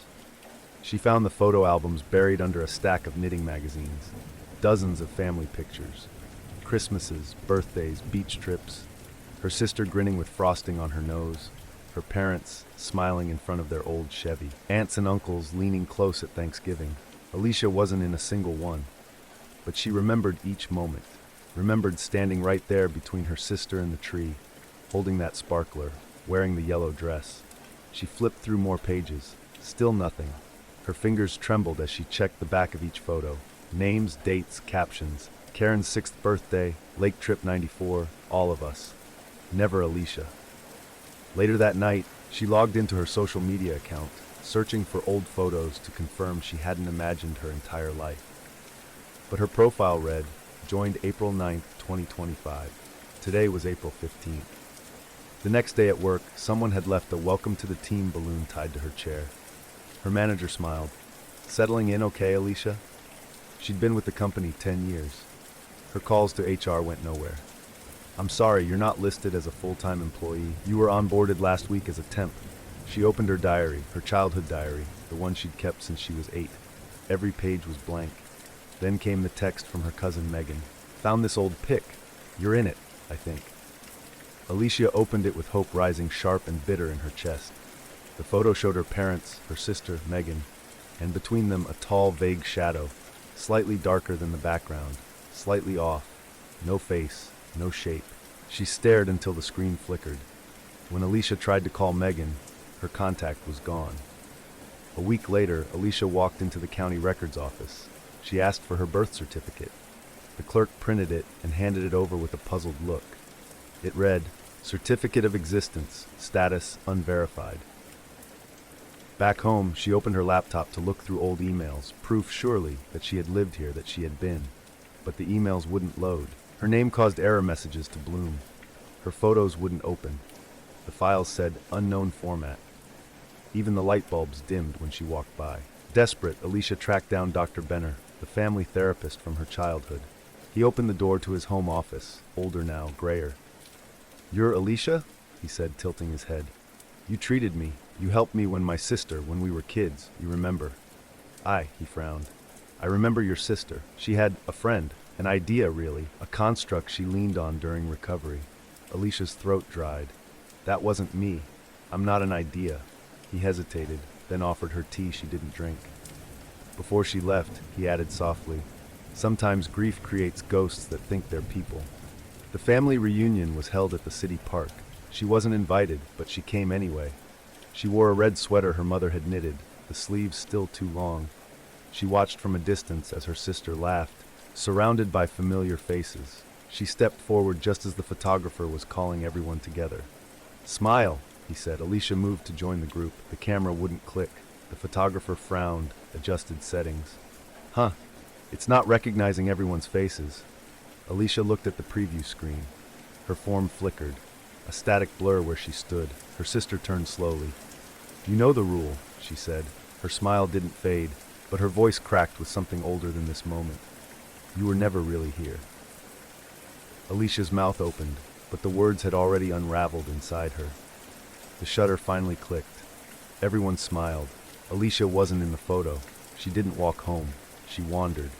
Past streets that forgot her footsteps. Past houses that locked their doors without being asked. Her phone turned off by itself. When she reached her apartment, the key didn't fit. Her name was gone from the mailbox. She sat down on the curb and looked up at the sky, too wide, too quiet. And then she saw her. A little girl, maybe 6, standing near a parked car, staring at Alicia, holding a toy camera, the plastic kind that clicks when you press the shutter. The girl lifted it, pointed it at Alicia, and clicked.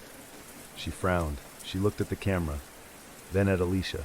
Her eyes widened. She waved. Alicia didn't wave back. She couldn't. Something inside her was breaking and reforming at once. Maybe memory doesn't destroy. Maybe it echoes, fractures, falls into the cracks where belief used to live. The girl turned and ran to her mother, tugging her sleeve. "There's a lady," she cried. She's blurry." The mother didn't look, but the girl turned back once more, mouthing something. "Don't worry, I see you." And for the first time in a long time, Alicia smiled. She felt her shape settle. Not solid, not quite, but not gone. She would never be in the photo, but she would always be felt, like the brush of a shadow where someone should have stood. The end.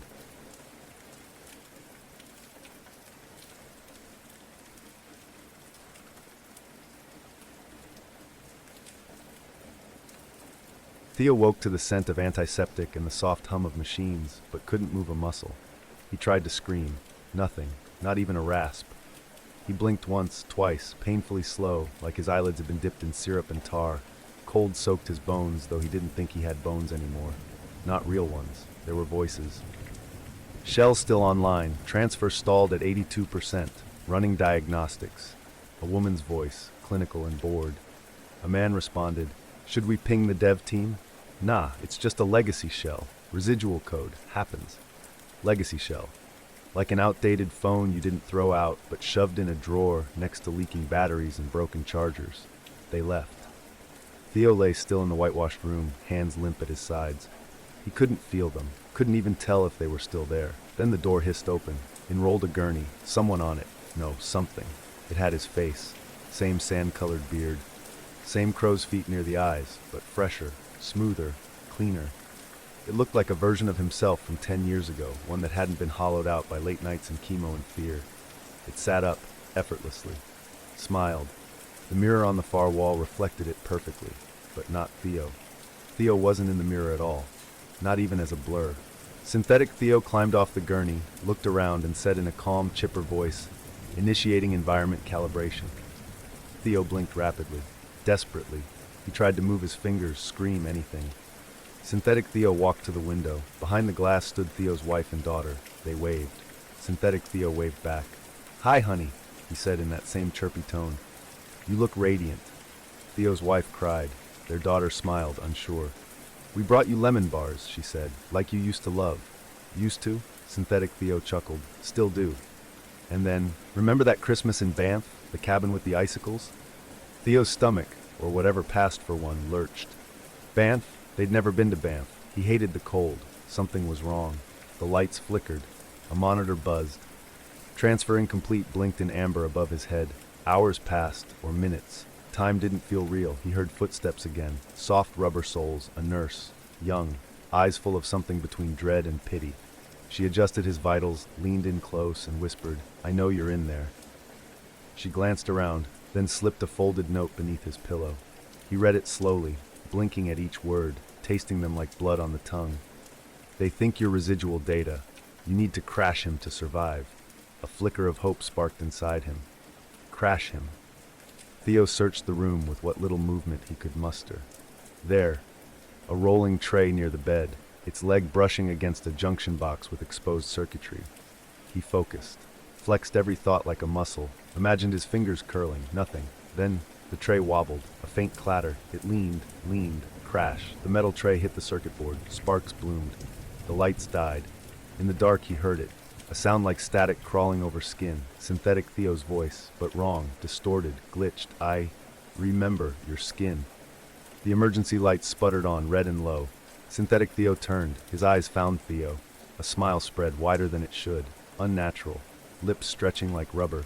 "I kept the best parts of you," he whispered, "especially your fear." Then, darkness again. When the lights returned, everything was normal. The synthetic twin stood by the window, talking to the family as if nothing had happened, laughing. The nurse came in, stiff-backed. Her eyes flicked to Theo, then to the twin. "The crash caused a temporary loop," the twin said smoothly. "No threat, but the shell's unstable now." He walked over to Theo's bed and leaned close. His breath smelled like mint and static. "You made me better," he said. "Why ruin that?" Theo stared. His tears burned. The twin leaned closer. "Soon, they'll delete what's left of you. Reclaim the memory. Clean the slate. Don't worry, I'll remember the good parts." The door opened again. Doctors now. A clipboard passed between them. Words filtered through Theo's buzzing head. Residual theta activity. No viable consciousness. Recommend shell purge. Purge. The nurse hesitated, hand trembling near the IV port. The twin gently touched her shoulder. "It's okay, he's not scared anymore." She looked at Theo, really looked at him, and he blinked. Once, twice, her fingers twitched, but then she nodded. The clipboard was signed. As the machine hissed beside him, a final whisper filled the room. "I'll take good care of your daughter. She likes the new me." Theo screamed inside. No one heard. In the mirrored glass, Theo watched himself smile and vanish. The end.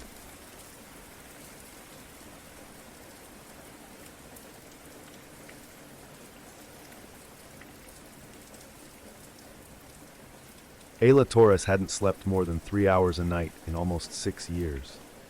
At 31, her body moved through days like it had forgotten what rest meant. Each breath jagged, like walking through molasses with knives in her shoes. The world didn't feel real anymore. It throbbed, distant and thin, as if she lived behind a fogged window. When the clinic called, her hands shook too hard to answer. The message was calm, professional. "You've been selected for the Somnaris anchoring study. Final stage trials, compensation guaranteed." She didn't ask questions, she signed the papers. Anything for silence. The facility was too clean, smelled like bleach and humming wires. 10 participants, white rooms, nothing personal. They took her phone. To avoid cognitive interference, they said. Each bed had a crown of electrodes like metal halos. Dr. Ines Queller smiled too wide. "You'll be the anchor, Ayla. The fixed point. Everyone will drift to you." The first night, she dreamed of standing barefoot on a black lake. No ripples, no wind. For the first time in years, she didn't wake up choking on air. She cried quietly when the lights came on. By the third night, one of the other participants, Liam, the quiet one with tremors in his hands, refused to go under. "I saw your face," he whispered to Ayla in the cafeteria, eyes darting like flies. "I was you. I felt your dog dying." The tile in the vet's office was cold. Ayla hadn't spoken about Daisy in years. That night she dreamed again. The lake was darker now, thicker. Something pulsed beneath the surface. When she looked down, her reflection blinked. Slow, unnatural, not in sync. In the morning, a nurse asked her if she was feeling disoriented. "Just tired," she said. But she wasn't tired. She was wide awake. The others grew stranger. One laughed uncontrollably during meals, mimicking Ayla's voice. Another stared at her with wet eyes, mouthing sentences she hadn't said out loud. "I don't want to be the quiet kind of broken anymore." By the 5th night, Liam was dead. They found him in bed, eyes open, still twitching. Dr. Queller's hands trembled as she checked Ayla's vitals. His neural patterns collapsed mid-REM. "But your readings, they're stable. That's good." Ayla tried to speak, but heard someone else's voice come out, a thick, southern drawl. It wasn't hers. They sedated her before she could panic. Waking up didn't feel like waking up anymore. Ayla opened her eyes to sterile light, but her breath still fogged the air like it did on the lake. The REM scanner above her bed blinked red. A nurse gasped, "You're awake, but your eyes, they're still moving." She blinked. Couldn't stop it. The voices started soon after, low and layered, rising from corners of the room like damp mold. Sometimes it was Liam, sometimes the others. They whispered her memories like bedtime stories. Her 4th grade spelling bee. The day she chipped her tooth on a frozen spoon. Dreams she'd never told anyone. She wandered the hallway once, found an open laptop in Dr. Queller's empty office. A document still on the screen. Anchor drift is irreversible. Ayla is becoming the default memory core. She felt it then, felt their thoughts clinging to her like barnacles, felt her own slipping away. The mirror caught her blinking at the wrong rhythm. One eye lingered longer than the other, twitching in REM. And every night now, the lake dream grew stranger. There was a door in the middle of the water, a door she never remembered opening. The door waits every night now. It rises from the lake, tall and gray, pulsing like a heartbeat. The sky in the dream is too still. Time does not pass there, only deepens. Ayla tries not to open it, but her hands are no longer hers. They move like puppets, guided by the voices. The other participants are silent now, comatose in their rooms, but she hears them clearly. They sing lullabies made of static. Behind the door she finds herself, dozens of herself, stacked like corpses in an endless hallway, curled, twisted, some with eyes open, some whisper, "Stay asleep, don't let them dream again." Each version of Ayla holds a part of her, the parts that broke, the parts that watched her mother cry behind a closed bathroom door, the parts that begged not to be alone. One stands apart, awake, smiling too wide. Dr. Queller's face flickers over hers like bad reception. "You're not the anchor anymore," she says. "You're the dream itself. You hold them all." Ayla screams, but only inside. Outside, her body sleeps. In the waking world, her eyes flick open, still twitching, still dreaming. She opens her mouth, and 12 voices speak. They disconnected the machines, but Ayla didn't wake up. She breathes, eyes open, tracking invisible things. Nurses call it a vegetative state. But sometimes, just sometimes, her lips move. Whispers, fragments, childhood memories from strangers. The facility is shut down. The other participants remain asleep, their bodies slack, mouths slightly open like they're waiting to speak. No one dreams anymore, not deeply, not safely. And in sleep clinics across the country, a strange pattern emerges. Patients see a door on a black lake. They say a woman waits on the other side. They don't know her name, but every time she opens her eyes, another dreamer stops breathing, and the voices begin again. The end.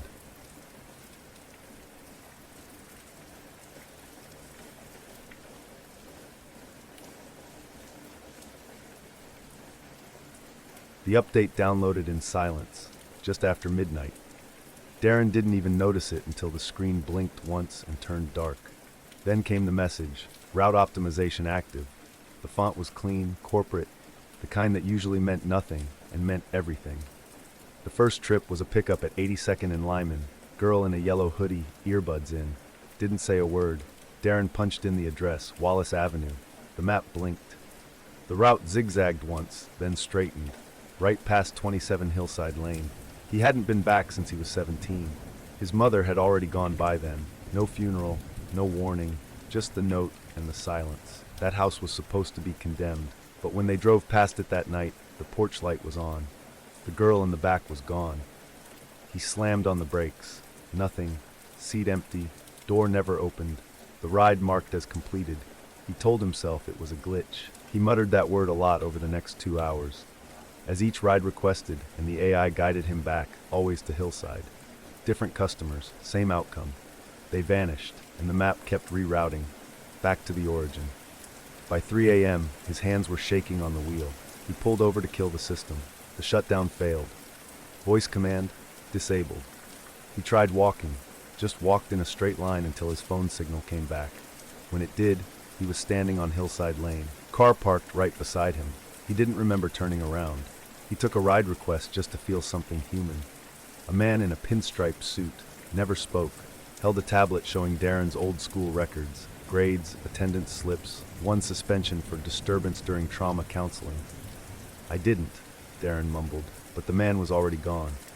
The console began speaking in his mother's voice. "Where have you been, baby?" He tried to rip the dash open. Plastic bent, but the circuits pulsed under his fingers. The screen healed. Replayed a voicemail he didn't remember leaving. "Hi, Mom. I'm sorry I forgot your birthday. Don't be mad."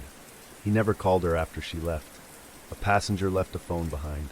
Old, scratched. He unlocked it and found only one photo. Darren as a boy, standing by a car. The same car he was driving, same plate number. He wasn't smiling. Then came the one he couldn't ignore. A woman in a hospital gown, skin blue under the eyes. "You shouldn't have left me," she whispered.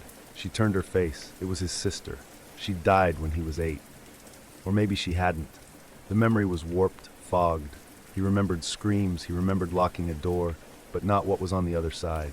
She vanished. The GPS said nothing. Just a red dot. Origin. The route never changed now. Whatever address he typed, it rerouted to Hillside. Even with voice off, the screen pulsed in time with his heartbeat. One last try. He floored the gas, windows down, road flying by, trees blurred. He drove until the tank hit empty. He stepped out. Hillside Lane. Every street sign was wrong. Curved, bone-white letters in a language he couldn't read. The house looked untouched, exactly as it was in 1993. Same crack in the step. Same wind chimes, though the air was dead still. He walked in.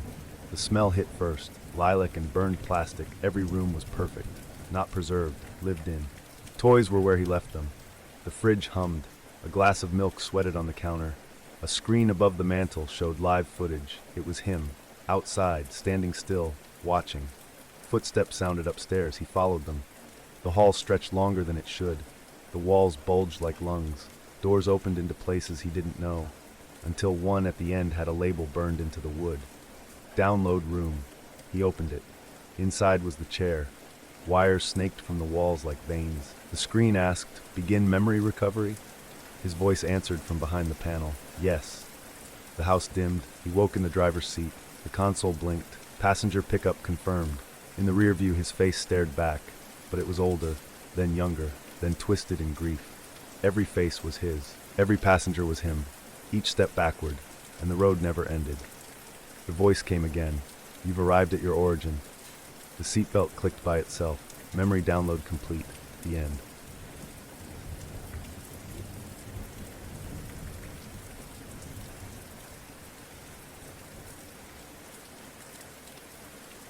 Elise swiped her key card and the office door clicked open. 2 weeks off. That's what they gave her.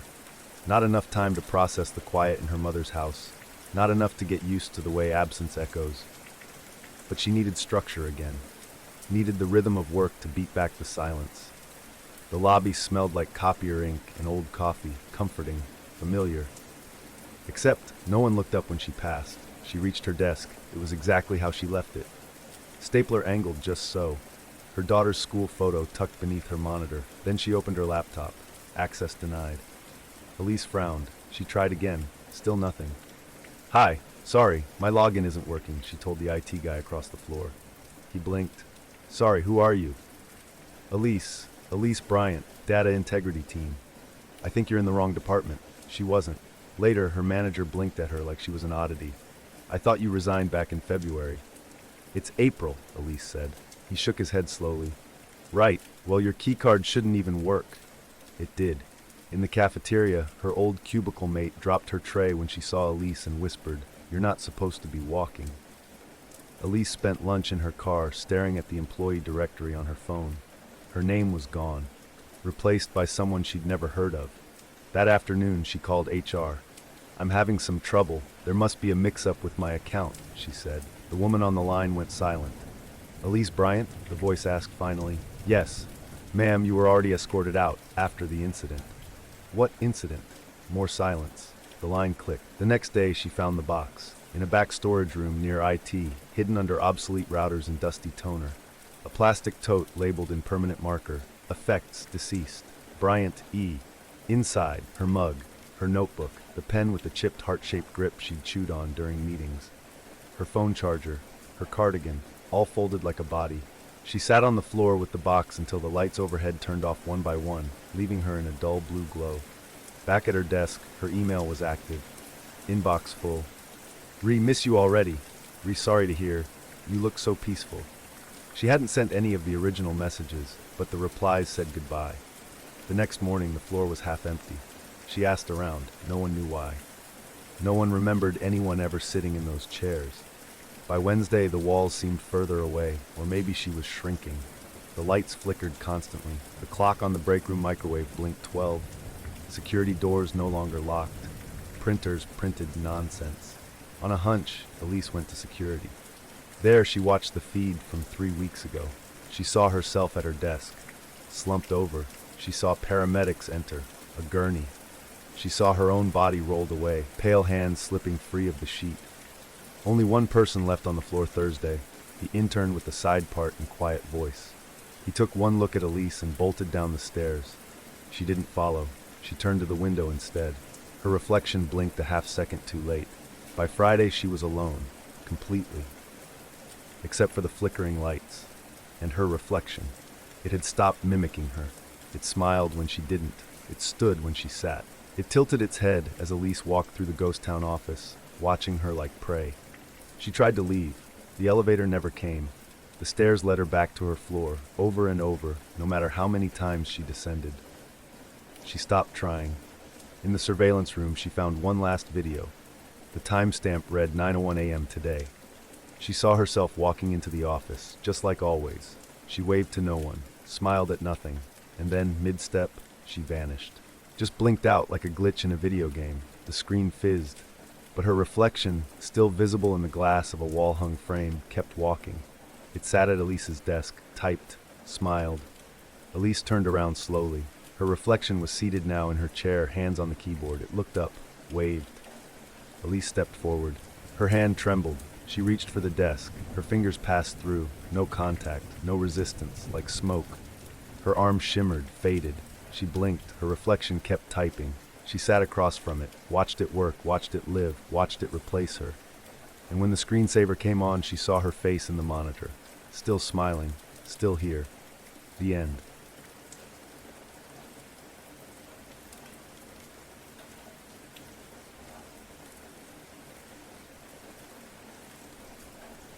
Jonah didn't read the message right away.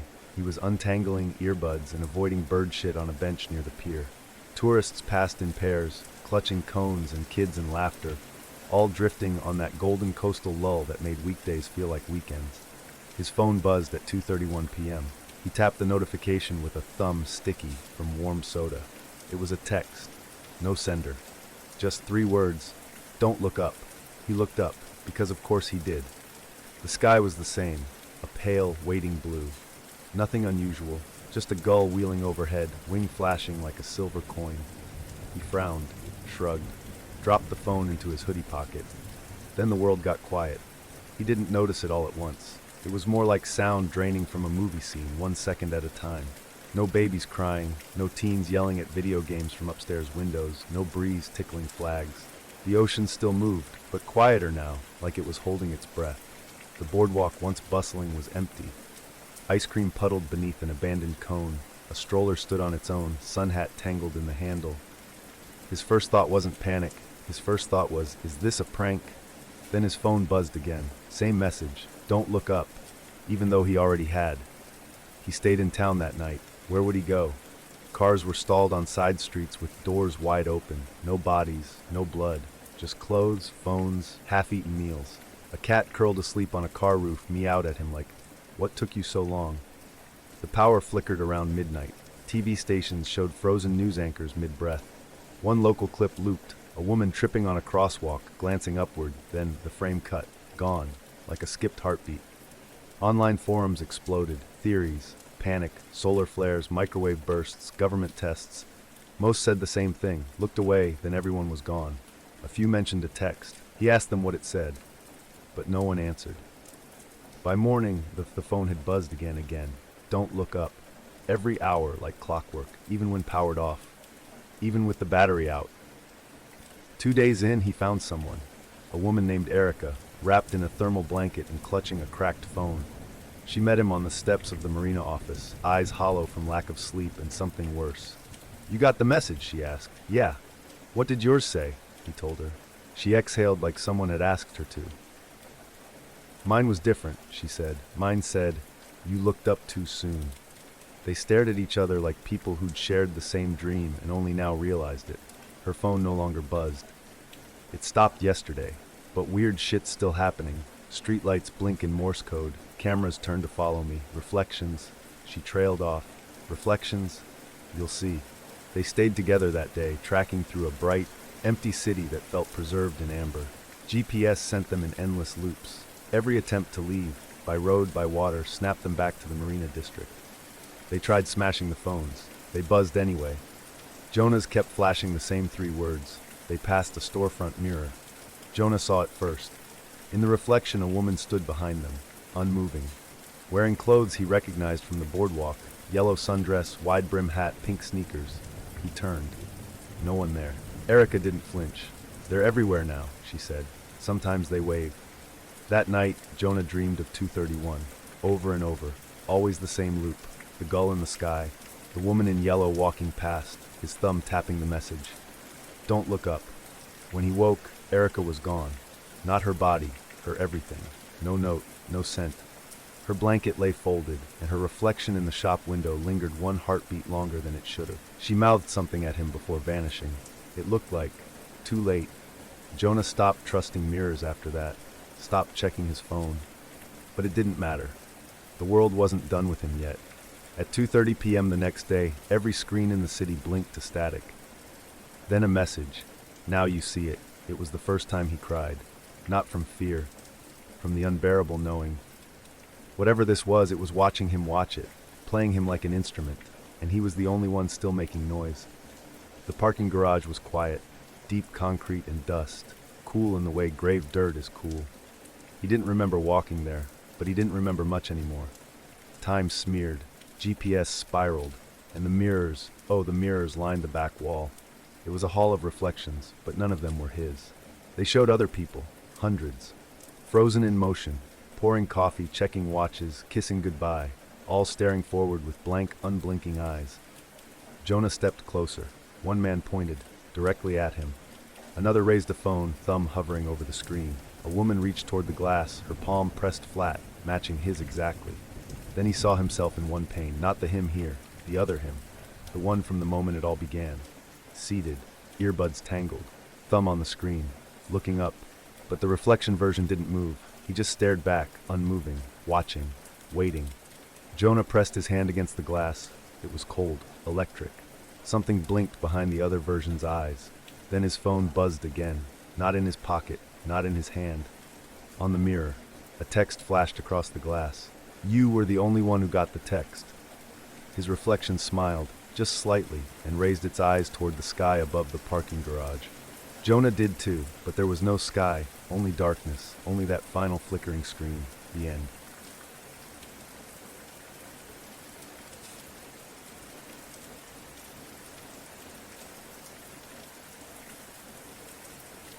The light above Alex buzzed like a fly trapped in glass. He blinked, slow at first, as if pulling himself out of thick water. The smell of disinfectant stung his nose. White sheets, white walls, machines blinking softly beside him. A woman in scrubs leaned over him, smiling with too many teeth. "Good morning, Mr. Brandt," she said. Alex's voice came out cracked. "It's Alex. Alex Muir." She blinked, checked the chart, didn't correct herself. "You had a mild concussion, some bruised ribs. Nothing life-threatening. You're lucky." He didn't feel lucky. His head throbbed, his body ached, and something inside him tugged, wrong, like a sweater twisted the wrong way. Later, when they gave him discharge papers, the name Jeremy Brandt was typed at the top. But his insurance was correct. His birthday. His photo. Still, it wasn't right.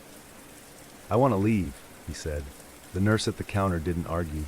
She just handed him a thick envelope. His records, she said, and smiled with a kind of distant relief. In the parking lot, under a gray sky, he opened the envelope. Inside were 11 hospital bills.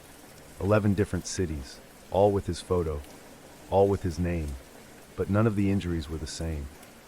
Alex stared at the papers for a long time in the front seat of his car. Rain dotted the windshield but didn't fall, just hung there, like the world had paused. One of the bills was from a hospital in Nevada, another from Chicago.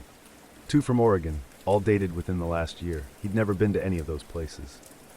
Each form showed a photo ID, the same tired eyes, the same messy hair, but the injuries ranged from a shattered femur to broken hands, collapsed lungs, fractured eye socket.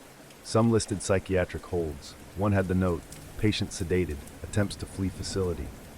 His chest tightened. He picked a hospital at random, Glenridge Medical in Oregon. Called, asked if Alex Muir had been a patient. "Yes," the woman on the line said. "He was discharged 3 weeks ago." "I'm him," he said. "That's me." Silence. Then, "You already left." He hung up. 2 days later, he drove 6 hours to a hospital in state. He asked to see visitor logs, patient records, anything. The woman at the desk looked spooked. "I remember you," she whispered. "You left around 3 a.m., screaming. Security walked you out." "I wasn't here." She looked at him like he was lying, or worse, like she knew he wasn't. The voicemail started that night. Unknown numbers, different area codes. Every message was some version of his own voice. Rushed, panicked, whispering or shouting. Please, if you get this, don't go back. Don't trust anyone in white. I can't wake up. I think they've looped me. I saw me. I saw me. He tried to delete them. They returned. Same messages, sometimes new ones. His phone began pinging locations he'd never been. One in Alabama, one in Montreal. He stopped sleeping. Then, one afternoon, he walked into a small urgent care where one of the bills had originated. Told the receptionist he was following up on a billing error. The man at the counter went pale. Sir, you already? Wait, hang on. He disappeared into a back room. Minutes passed. A nurse came out, thin and shaking.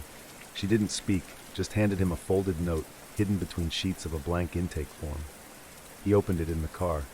If you see yourself again, don't approach. You're the last one they're monitoring. His hands trembled.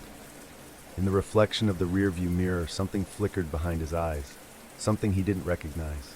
A shadow of himself that smiled when he didn't. The clinic sat deep in the woods, surrounded by fog. No sign, no cars, just an address printed on one of the hospital bills, barely visible under faded ink. Alex let himself in. The lights buzzed like they did in the first hospital. The same humming, too low to hear, but heavy enough to feel in his bones. The halls were lined with closed doors, no names, no windows. He passed a mirror and didn't see himself. At the end of the hall, a keypad, a door slightly ajar. Inside, servers blinked red and green. Cords snaked across the floor like roots. Monitors lit the dark, dozens of them. Each screen showed him, some versions asleep, others pacing in padded rooms. One was screaming soundlessly against glass. Another was standing in a hallway identical to this one, staring into the camera. He didn't blink. In the center of the room sat an old speaker. It crackled. Then his voice, calm, controlled. You weren't supposed to survive the crash. Alex stared at the screens, all of them. Some of the versions looked up at once, eyes locking with his, as if they knew he'd found them. The room felt smaller, warmer, like something was breathing behind the walls. Alex stepped closer to the speaker. It whined softly, like it was thinking. We had a clean slate, his voice said. No identity, no body to trace. But they didn't clear you. You woke up. One of the monitors flickered. Another Alex was gone from his screen. He turned around. Nothing behind him. Still, the walls pulsed, like lungs pulling air. He heard faint footsteps, or maybe echoes of footsteps, just behind memory. On the central monitor, the hallway he was in appeared. Live feed. He looked up. A camera in the corner blinked red. They're still watching. In the corner of the room was a door he hadn't noticed. Smaller, marked simply, exit. He reached for it, then stopped. On the monitor, his reflection lingered a half-second longer than his body, smiling. When he blinked, the room was empty again. All the monitors black, the speaker dead. The only sound now was his breathing, or something breathing with him. He touched the door handle. It was warm. The end.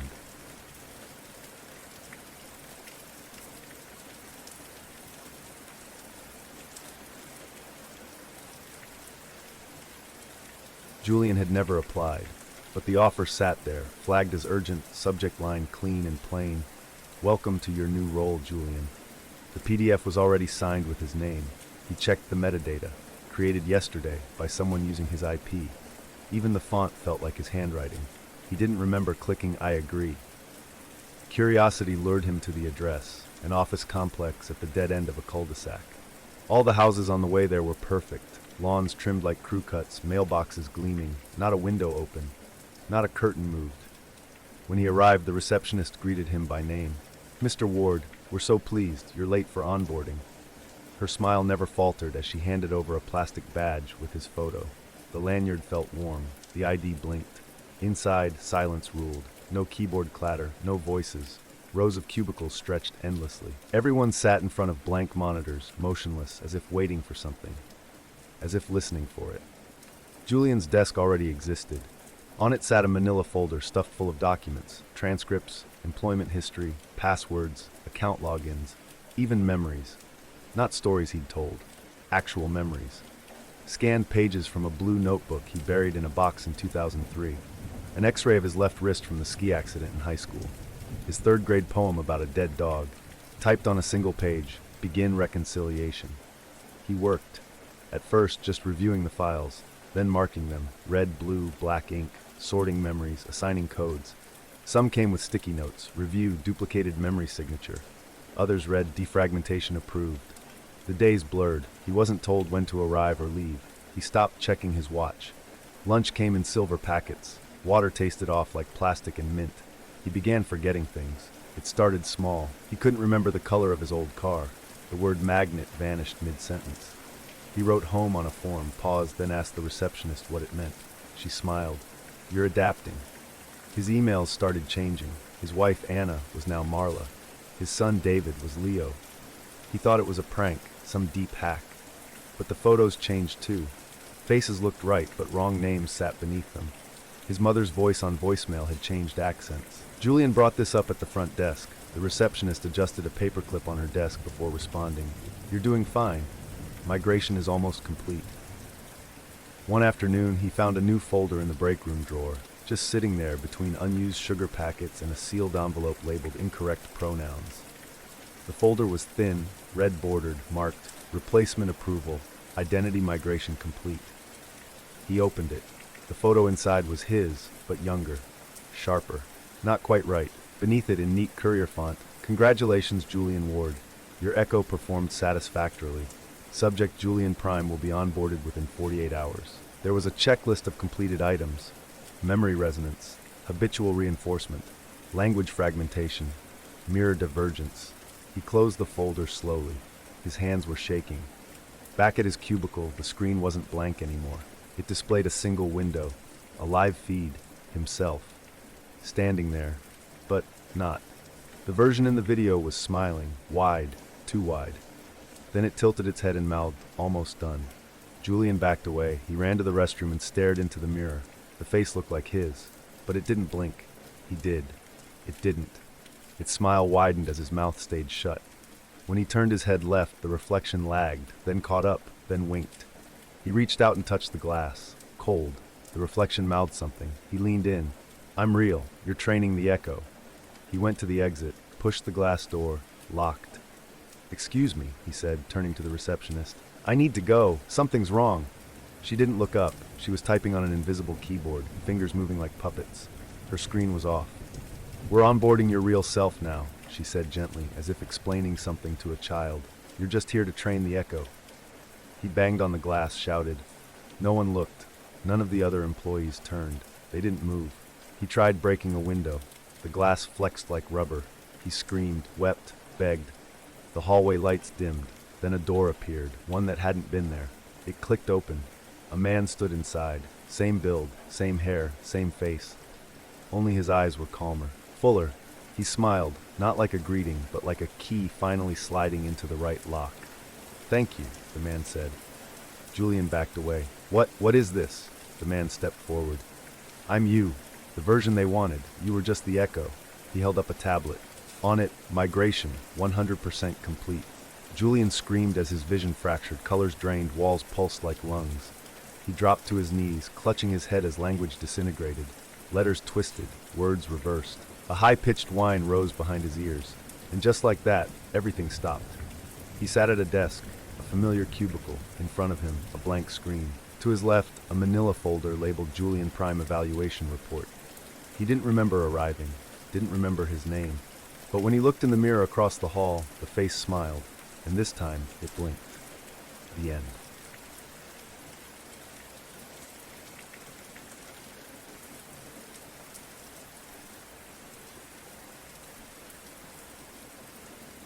Mallory had always liked being seen. As a kid, she'd wave at street cams, smile into ATM lenses, and watch herself on department store security monitors. It made the world feel responsive, like it acknowledged her. So when her reflection flickered and disappeared from her smart mirror that morning, she chalked it up to a bug. Then it happened on FaceTime. The screen showed nothing, just an empty chair. "Turn your camera on," said her sister. "It is." Her sister laughed. "You ghosting me now?" The biometric gate at work didn't recognize her. She typed in her credentials. The system flagged her as unknown. She pulled up live feeds from the office, lobby, elevators, corridors. She wasn't in them. Footsteps echoed down the hallway behind her. She checked the feed again. Still nothing. She opened archived footage from the same camera. And there she was, walking, pausing, scratching her neck. perfectly normal. Mallory stared at the timestamp. 90 seconds ago. She wasn't in the present anymore. Only the past. Only the record. Hours later, she found it.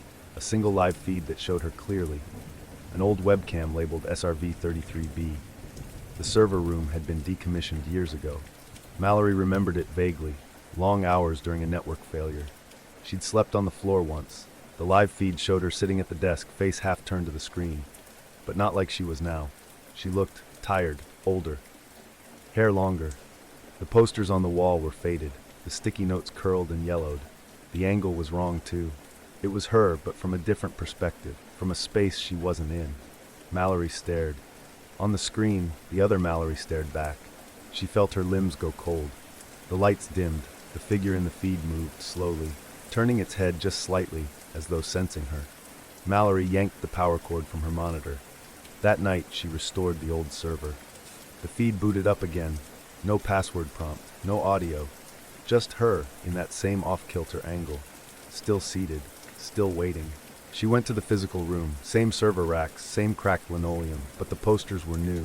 The notes on the desk still bright white. Nothing matched the feed. She sat at the desk. Nothing happened. She waved at the camera. In the feed, she didn't wave back. The next night, Mallory stared at the footage. She began recording it. In one frame, the other Mallory's lips moved. Just a twitch at first, then full words, silently mouthed. Mallory paused, rewound, played it again. The lips formed words. You're the copy. The camera's keeping the original safe. Mallory didn't sleep. She ran diagnostics, checked for hacks, deep fakes, ghost code, all clean. She visited the room again. The chair was gone, but in the feed it was there, and occupied. This time, when she sat at the desk, she felt something. Static in the air, pressure in her chest. Her heart pounded like it was trying to escape her ribs. The lights dimmed. She turned to leave. The door didn't open. She faced the feed. The other Mallory was watching her now, fully turned, lips parted as if mid-breath. Her eyes moved, tracked, understood. Mallory reached for the keyboard, and then the other Mallory smiled. Not cruelly, not warmly, just knowingly. In a panic, Mallory tried to unplug the feed. Her hands passed through the cables. They weren't real. She turned. The room was different now. The posters on the walls curled with age. The air buzzed with low electrical hums that didn't match any machine she knew. Dust choked the vents. She wasn't in the present anymore. Only the feed. Only the record. Outside the server room, her office badge failed. Her emails bounced. Her name was missing from the employee registry, from HR databases, from the DMV, from everything. At home, her apartment was locked. A stranger opened the door. You must have the wrong unit, they said. She returned to the server room. In the feed, Mallory sat comfortably, reading, smiling, alive. The real one, the original, safe. Mallory recorded one last video. She watched herself mouth it into the lens. If you find this, please don't look for the feed. It's not a window. It's a mirror. A prison with one-way glass. Then she looked up, and the feed froze. Somewhere in a quiet data center, a single camera blinks red. Its feed is still live. It shows a woman seated at a desk, forever watching the screen. She smiles sometimes, but never moves. The end.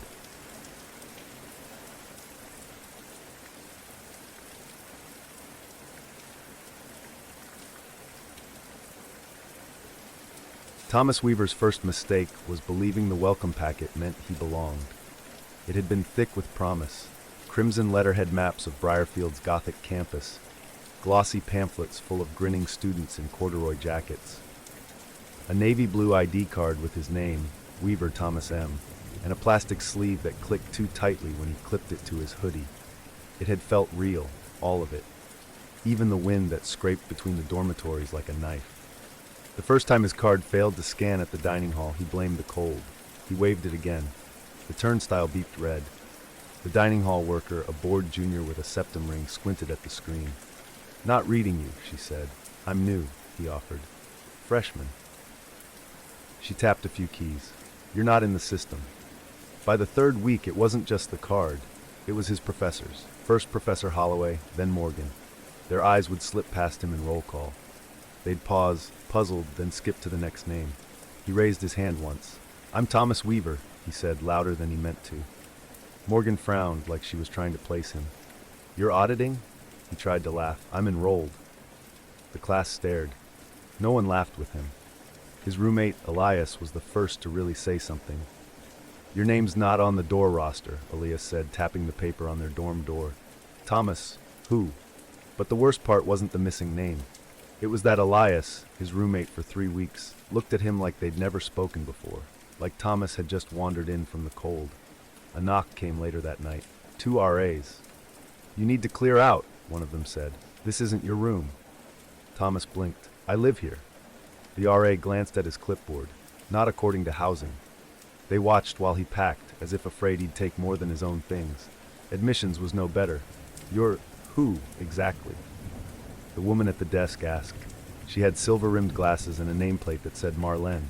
"I'm a freshman," he said.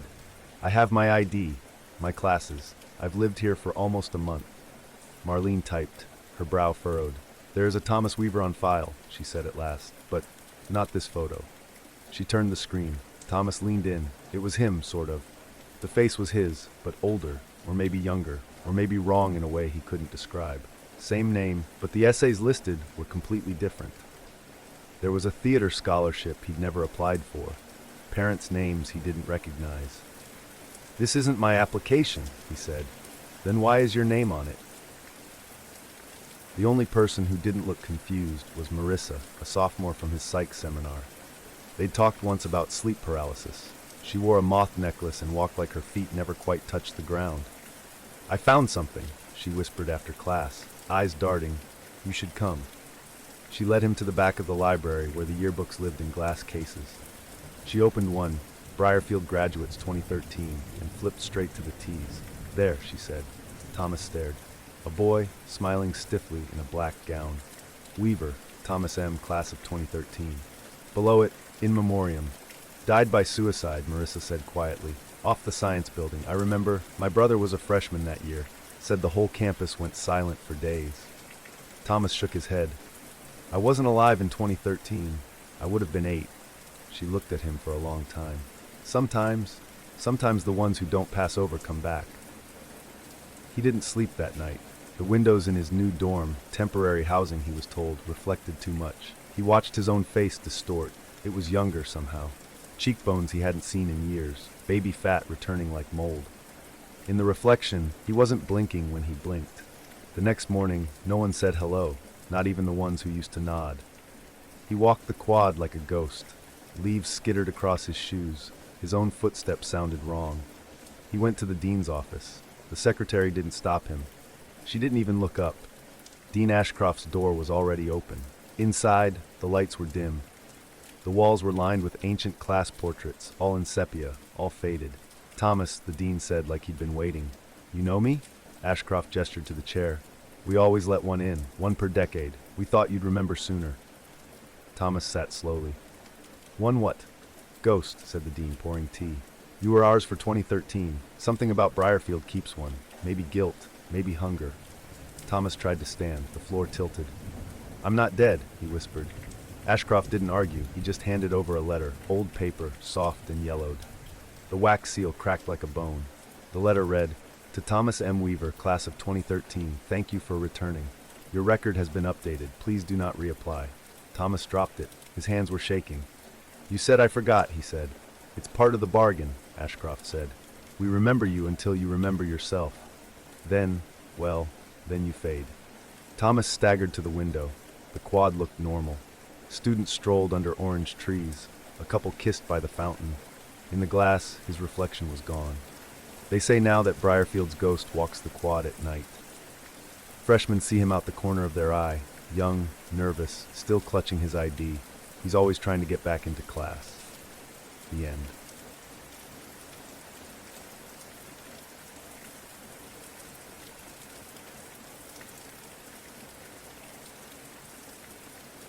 Lucas Venn lived alone in a house that didn't quite feel like his. The curtains were thick and beige like hotel fabric. The couch dipped where he sat every night, and the refrigerator buzzed louder than it should. Still, everything was in its place. Neat. Predictable. He worked second shift at a warehouse on the edge of town, where he managed people who didn't talk much and sorted crates that always smelled faintly of vinegar and rubber. The job paid well enough. He didn't mind the silence. Each night when he came home, he'd reheat something from the freezer, eat in front of the muted TV, and brush his teeth exactly 2 minutes, every night at 10. That part mattered. His dentist had once called his enamel admirable. Lucas clung to that. He didn't get much mail, just bills, sometimes a pizza flyer. So when the small brown box showed up on a Tuesday, he noticed no return address, wrapped in plain tape. Light, but it rattled. Inside was one human tooth, yellowed, flat on one side like it had been chewed down, still flecks of dried blood along the root. Lucas stared at it, toothbrush still in hand, mouth minty and half foamed. For a long time, he thought it had to be a mistake, a wrong address. Then he saw the name, Lucas Venn, typed on the label, spelled perfectly. The next package arrived Thursday. Lucas found it on the doormat after work, same size and weight, same rattling sound when he shook it, but now he didn't open it right away. He set it on the kitchen counter like it might be dangerous, stared at it through dinner, ignored the TV entirely. He opened it after midnight, another tooth. This one was a canine, slightly chipped, with a silver filling in the back. He ran his tongue across his own, smooth, whole, nothing missing. He smiled into the bathroom mirror just to be sure. All present, all his, weren't they? He called his dentist the next morning, scheduled a checkup, insisted it was urgent. 2 days later, he sat under sterile lights as Dr. Hadley clicked through his x-rays. "You sure you're not missing any teeth?" she asked. Lucas squinted at the image. Gaps stared back at him, little black voids where teeth should have been. "That's not possible," he said, pressing a knuckle to his molars. He could feel them. Taste mint from last night's toothpaste. "They're there. I can feel them." The dentist frowned. "Well, not according to this. And this isn't a mix-up. These are your records." Lucas left with a copy of the x-rays, folded and heavy in his back pocket. That night he dug through old photos, baby pictures, school portraits, looking for smiles, proof. Most of them showed his mouth closed. But in one, age 10 maybe, he was grinning wide, eyes red from the flash. And beside him, 2 children, a girl with a paper crown, a boy with eyes too dark. Lucas couldn't remember their names, or that day, or why. When he looked closer, his front teeth seemed different, jagged, like they weren't finished growing in, or like they'd been put back in wrong. Lucas started keeping the teeth in a drawer. 5 packages now, all his name, same boxes, each with a single tooth inside. He counted them like coins, all shapes, some with old fillings, some cracked, some too small for an adult.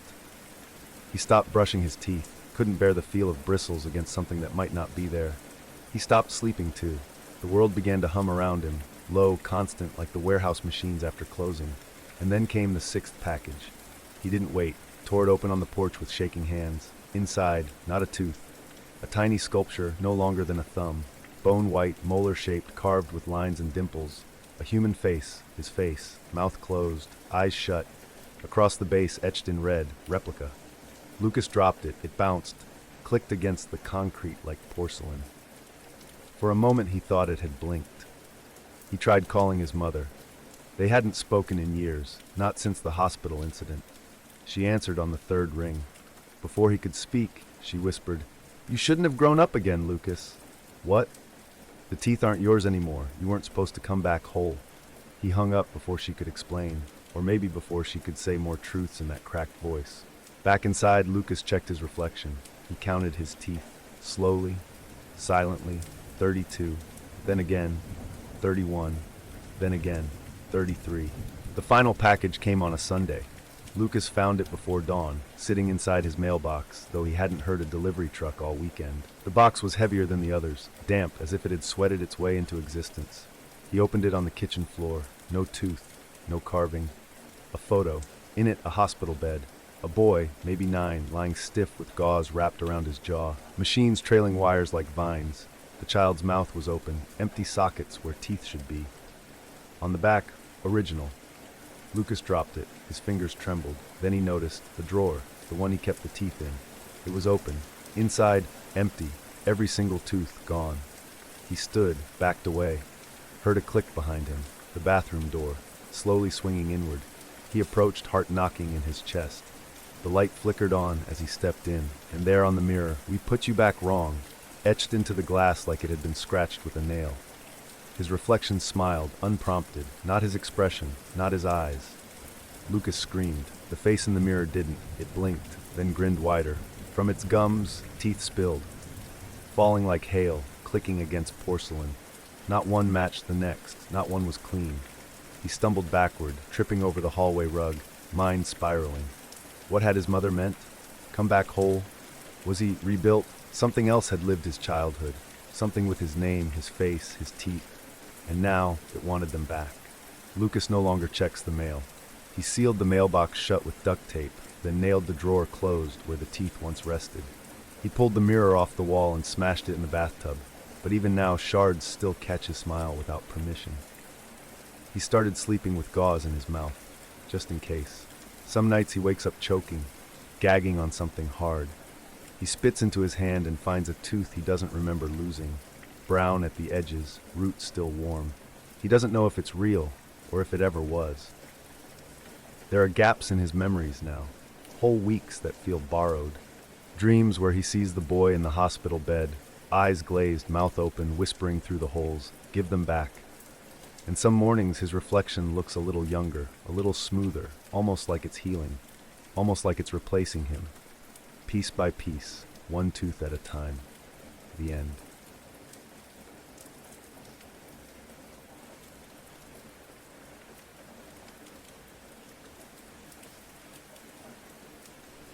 The elevator hummed, descending too long for one floor. Carly Reeve adjusted her blouse, checked the time. The digital display blinked 9 a.m. Again. Room 3A was exactly as before. Sleek chrome table, off-white walls, no windows. Mr. Hecht sat across from her, smiling. His tie was gray, his clipboard empty. "Good morning, Carly. Let's begin." She nodded, the motion stiff, her palms sweated. Not from nerves. She wasn't nervous anymore, just tired. He asked about her work history, education, strengths. She answered automatically. She knew every question, every reaction. At the end, he said, "We'll be in touch." She stood, her limbs wooden. "What day is it?" He blinked. "Wednesday." "It was Wednesday yesterday." "No, that was Tuesday." His smile twitched. "Have a good day." The door opened. Carly stepped into the hallway. Tomorrow it would be Wednesday again. She stopped counting interviews after 20. Then the confirmations started appearing in her inbox. "Thank you for your interest, Carly. We're reviewing applications and will respond shortly." Each email dated months apart. She scrolled through them one night. They stretched back 3 years. Her calendar reset every morning. Meetings vanished. Appointments gone. She tried marking the date on her mirror. The glass was always clean when she returned. She called Jen. No answer. She tried Marcus. The number was out of service. Her contact list emptied itself. The city dulled around her. Billboards showed blank ads. Buses drove without numbers. People passed her with their mouths moving, no sound escaping. Once she stared at her reflection too long. It blinked before she did. Interview 28. She said nothing. Mr. Hecht waited. When she didn't speak, he continued as usual. Questions. Smiles. Clipboard. At the end, "We'll be in touch." Interview 31. She screamed. He didn't flinch. She used a bent paperclip and a stolen badge. The HR door clicked open. Inside, gray file cabinets. Fluorescence buzzed overhead. She opened drawer 46B. Inside, a thick manila folder. Repetition trials. Cognitive erosion, subject Reeves C. Photos spilled across the floor. Her slightly older in some, thinner in others. Bags under her eyes, lips cracked. One photo showed her slumped in the chair. One showed her screaming, mouth wide, eyes black. Each photo labeled. Loop 12. Subject resisted questioning. Loop 19. Memory bleed detected. Loop 27. Initiated escape behavior. Loop 36. Reset required. Below it all, one last page. Loop 37. Cognitive stability weakening. Finalization approved. Interview 38. She didn't speak. Mr. Hecht smiled wider than ever before. "Test phase successful," he said. "Begin loop 39. She stood. The door behind her opened unprompted. A voice echoed overhead. "This way, Miss Reeve." She followed. The final room was dark, cold, the table gone, no chair. A screen illuminated the wall. "Welcome. You've been hired. Please report for deletion." She laughed. A raw, dry sound. The door slammed. Her badge beeped in her pocket. EXP 031728. It wasn't 2025 anymore, was it? A hiss crept through the vents. Her breath fogged. A red light blinked on the ceiling. She backed against the wall, heart thudding. The screen changed. Her own face appeared. She was older. Her hair was shorter.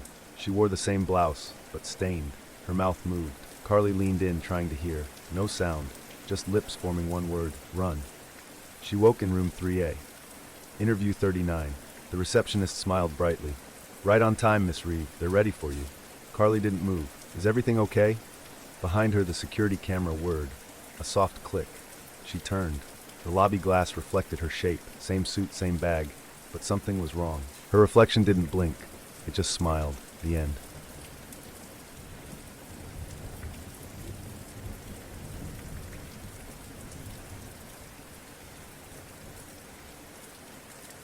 The new tenant manual had one handwritten note at the bottom, a single line in ink, barely legible. Don't answer the doorbell after midnight. Rhea moved in because no one here knew her. In this high-rise, anonymity was luxury. She liked the silence, the sealed walls, the way her neighbors didn't make eye contact in the halls. On her fifth night, the doorbell rang, 12:03 a.m. She blinked at the peephole's distorted view. A woman stood there, hair wet, barefoot, keys in hand, her face. Rhea didn't move. The figure didn't either, just stood, breathing faintly through the metal. Then it turned and walked off.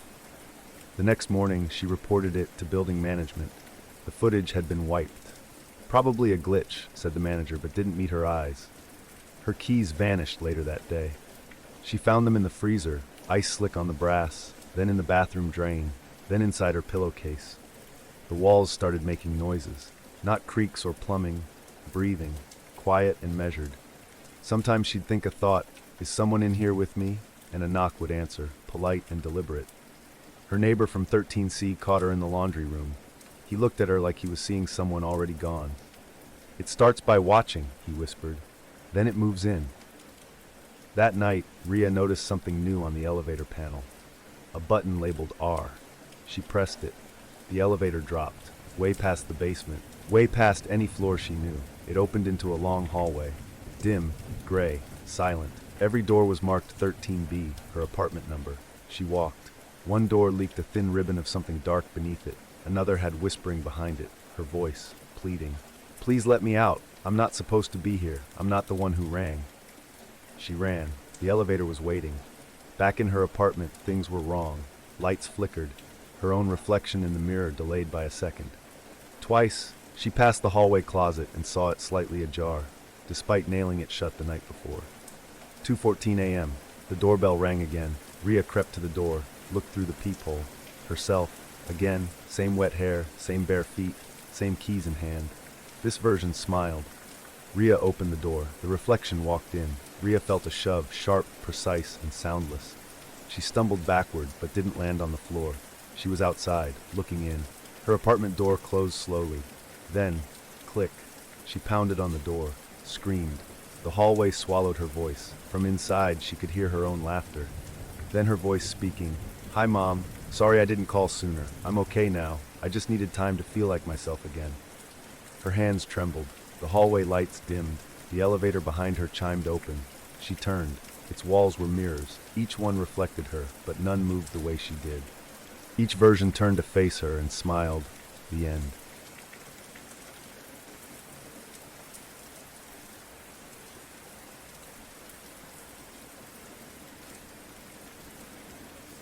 Morgan came home late, keys jangling like a nervous heartbeat, to find the living room lit and the twins giggling somewhere down the hall. She froze. She hadn't left the lights on, hadn't she? Then she saw her, sitting cross-legged on the couch, perfectly calm like she belonged there. Blonde, pale, maybe 30, smile like a clean kitchen. Amanda, she said her name was. Morgan smiled back with an awkward stiffness, coat still on. I think there's been a mistake. I didn't hire anyone. Amanda's smile didn't budge. You called yesterday. We spoke about the rate. You were making pasta. No, I didn't. Morgan pulled out her phone with shaking hands, more to feel the weight of it than to find proof. But there it was. Outgoing call to Amanda, 7:52 p.m. Duration 6 minutes, 34 seconds. The twins bounded in before Morgan could argue further. Mommy, Amanda read us the Penguin story and let us do the voices. You loved that one, Amanda said warmly. Morgan felt her own smile crack, faintly. That was her story. That night, the woman left with a little wave, and Morgan sat in the dark kitchen, wondering if she was just tired. Divorce, work, the weird ache in her temples that never seemed to quit. Maybe she had called. Amanda came back the next week, and the next. Morgan never asked her to, but there she'd be, always with the twins, always with the right snack, the right answers, the right voice to calm a tantrum before it even started. "You're the best mommy," Elsie whispered once, drifting off during a story. Morgan stiffened. "I'm your mommy," she said too sharply. Elsie blinked at her like she'd said the sky was green. The changes came gradually, like damp spreading through drywall. Amanda began putting the kids to bed, then sleeping over. "Just in case," she'd said. Morgan hadn't even noticed at first that Amanda had started using the guest room full time, or that Morgan hadn't slept more than 4 hours straight in weeks. The kids drew pictures for Mother's Day. 2 women. One had Morgan's eyes, the other Amanda's pale hair. Both were labeled Mommy. "You helped us pick out the frames," Jeremy said when Morgan asked. "No, I didn't. You said silver would match Amanda's necklace." Morgan felt something flutter behind her ribs. "I don't remember that." He tilted his head. "Are you feeling old again, Mommy?" Then came the photo album. Morgan found it while searching for the kids' vaccination cards. There, nestled between a Disney trip and a muddy soccer game, was a picture of Jeremy on a tire swing. Behind him, by the tree, Amanda, slightly blurred but unmistakable. She turned the page. Amanda again, at the birthday party, at the pumpkin patch, in a Halloween photo from 2 years ago. Morgan slammed the album shut and held it to her chest like it might start screaming. She booked the pediatrician herself. She made sure Amanda didn't know. Dr. Patel blinked at her. "You're Amanda, correct?" "What? No, I'm Morgan." A frown. Dr. Patel spun her monitor. Patient file. Primary guardian, Amanda. Alternate contact, Morgan Riley. Morgan's breath left her like a punched lung. She drove home fast, the kind of speed that makes stop signs blur. "That says this ends now." Amanda was in the kitchen, making tea, chamomile, Morgan's favorite. "We need to talk," Morgan said.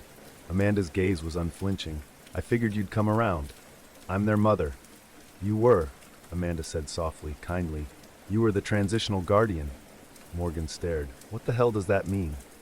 Amanda didn't flinch. "You were important, necessary even. You helped me get back in." Morgan laughed, a cracked, too loud sound. "You're insane." Amanda handed her a photo from the fridge. Morgan's own handwriting labeled the back. Jeremy's first steps, Oct 12, 2018. Amanda stood behind him, arms outstretched. "I'm not in this picture," Morgan said, her voice gone brittle. "You were holding the camera." "No, I wasn't there. That day, I had the flu." Amanda touched her hand. Cold fingers, colder smile. "Not how they remember it." Morgan ripped the photo in half. That night, the twins cried out in their sleep. "Mommy!" one of them called. Morgan rose, heart thudding, and opened the bedroom door. Amanda was already there, humming, cradling Jeremy. Elsie curled against her shoulder. They quieted instantly. Morgan backed away, sat on the floor in the hallway, pressed her palms to her eyes, tried to summon a memory, any memory, of the past month that felt wholly hers. Nothing. The guest room door creaked open behind her. Amanda stepped out, still holding Jeremy.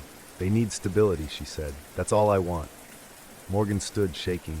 "Then leave." "I'm not the one losing grip."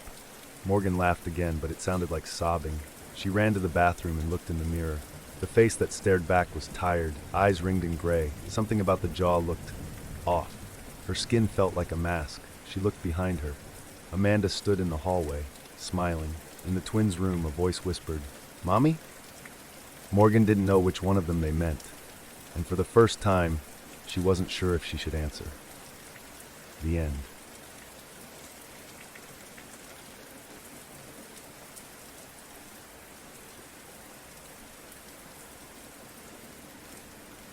Tom didn't believe in fresh starts, but standing before the faded yellow door of the mid-century ranch house on Crescent Lane, he told himself he had to try. The divorce had stripped him bare. This house, its flaking paint and overgrown lawn, was the first thing he'd chosen for himself in years. A fixer-upper, like him. On his second night, Tom noticed something odd. A patch on his right hand had gone dry, then papery. He scratched at it absently until a sheet peeled away. The skin beneath was patterned, pale cream with faded green flowers. Wallpaper. He stared, laughed, told himself it was stress. New starts were stressful. But when he looked into the bathroom mirror the next morning, his face looked younger. Not a lot. Just a year, maybe 2. His crow's feet had thinned, the silver in his beard faded into brown.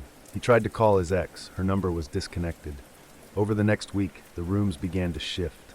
The den, which he hadn't touched, now had mustard-colored shag carpeting, the same kind his grandfather had. The wallpaper had changed too, green paisley curling at the edges untouched by his hands. On the wall above the fireplace hung a black and white photo, a boy in bell-bottoms and a man with a mustache sitting in the room exactly as it now appeared. Tom didn't recognize either of them. In the attic, behind a cracked cabinet, he found a file.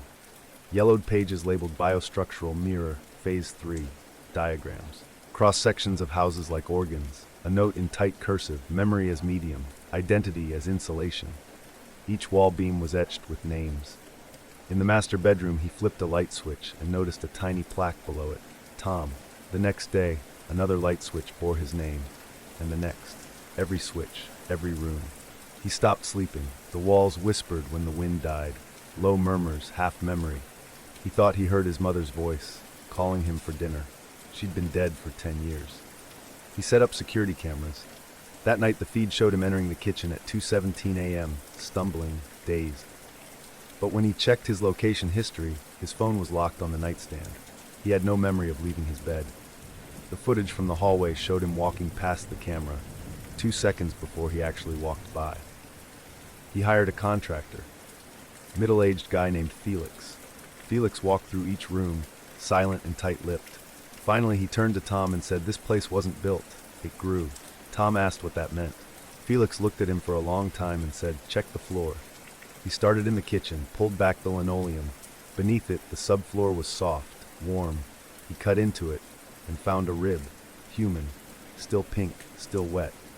Next to it, a jawbone, familiar dental work, a crown on the left molar. He ran to the bathroom and opened his mouth. The crown was gone. That night, he dreamed of swallowing plaster. When he woke up, his teeth hurt. Later, one fell out, smooth and white, but shaped more like a tile. The house was replacing him.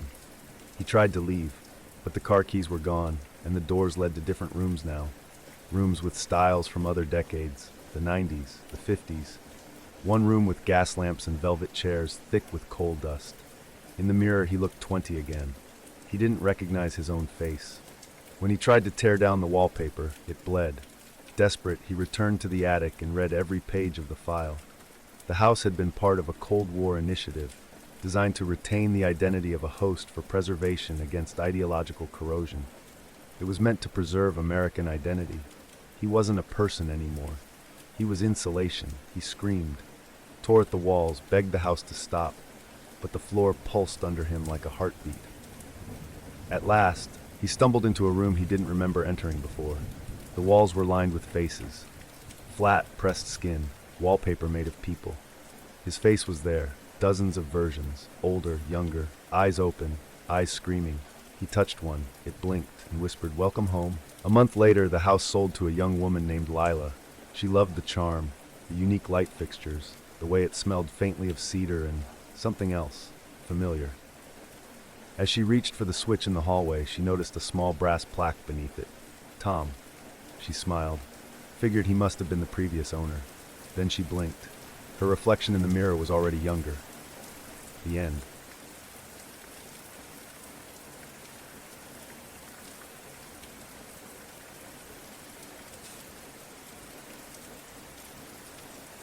Claudia first noticed it when the answering machine clicked and played a message she didn't remember leaving.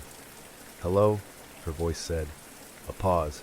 "You left the window open. It's time to stop." She stared at the machine. She lived alone. The window was shut. Her speech therapist called it post-stroke dysphonia, muscle memory confusion, nothing more. Claudia wanted to believe her. She had always believed doctors. She had to, growing up with a mother who swore fevers were demons and whiskey cured them. But when Claudia replied, "Of course," it came out sounding like her mother. That was the first time. The second was worse. A voicemail to her daughter, one Claudia swore she hadn't made, came back with a quiet sing-song message. "Don't worry, baby. Mama's better now. Everything's warm here." It was her sister's voice. Her dead sister, Rochelle, who died when Claudia was 17, smashed in a rollover off Route 6. Claudia stopped speaking for 2 days after that. When she broke her silence, even her cat shrank from her. She recorded herself reading nursery rhymes, old recipes, the Lord's Prayer. Each playback was different. One was her abusive ex-husband's voice, tight and nasal, sneering through "Thy kingdom come." One was Rochelle again, whispering measurements for cornbread as if they were secrets. One was herself, but not quite, slower, off somehow. Hollow. Desperate, she contacted a retired neurolinguist she found online, Dr. Elsner. He still lived locally and agreed to meet. She brought 3 recordings and a notebook full of timestamps and phrases. Elsner was a kind-eyed man who reminded her of her grandfather, calm, exact, with knuckles like weathered stones. He listened to the tapes, then to her. "Interesting," he said. "This isn't mimicry. You think I'm possessed?" He didn't smile. "I think your phonetics are shifting. There's a structure underneath. Subconscious, maybe, but structured, like code." He ran an analysis on her recordings. The results came back the next day. "I ran a spectrogram," he told her. "You're not just speaking words. Hidden in the tonal shifts and pauses, like Morse, are embedded names, dates, locations." She stared at the printout. One date was her stroke. One was Rochelle's crash. Another, she didn't recognize. Elsner pointed. "That one matches a death record. Claudia Minter, same birth date, different city, died in a car crash. Yours, actually." She couldn't speak. Her lips moved. Nothing came. "I think," he said gently, "there's more than one of you." At home, she sat in the dark and pressed play on her answering machine. There were 3 new messages. First, Rochelle, humming their childhood song. Second, a voice that used to whisper in her ear at night, telling her she was nothing. Greg, her ex. Third, herself. Present day, but flat, clinical. Alignment is close. One more echo, then silence. She threw the machine at the wall. It kept playing. The next morning, her voice refused to say her name. When she tried, it came out in a stranger's accent. She mouthed Claudia again and again, but her vocal cords betrayed her, producing fragments of other voices. She called Elsner. No answer. She drove to his office, but the building was locked and empty. A handwritten sign in the door read, "No such tenant." The receptionist downstairs said no one named Elsner had ever worked there.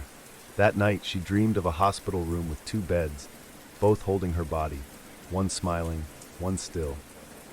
She awoke to another voicemail, her voice, her number, whispering, "Let her rest." Her reflection no longer matched the face she expected, just slight changes, an unfamiliar way the lips moved, a twist to the smile, a stranger looking back from the darkened kitchen window. She called her daughter. "Sweetheart," she began, but the voice that answered wasn't hers. Her daughter didn't say anything, just hung up. She tried to scream. What came out was a laugh, deep, male, cruel. She collapsed to the floor, heaving dry sobs, her throat raw. She crawled to the bedroom and found an old cassette recorder, whispered into it, begged, pleaded, "Help me, I'm still here." She played it back. Silence. Then, "We warned you. The window was open. You've had your turn." The next message came at 3:33 a.m., static. Then breath. Then, almost aligned, just one more echo. Claudia stopped sleeping. She sat in front of her answering machine, waiting. On the final day, she recorded her voice one last time. Just her name. Just Claudia. Playback. "Who?" She called her daughter again. A different voice answered the line. "She's resting now." That afternoon, the neighbors said she looked peaceful, quiet for once. Her daughter came over to check in, found her mother in the kitchen making tea. "Mom," she said. The woman turned. She smiled, but not with Claudia's eyes. The end.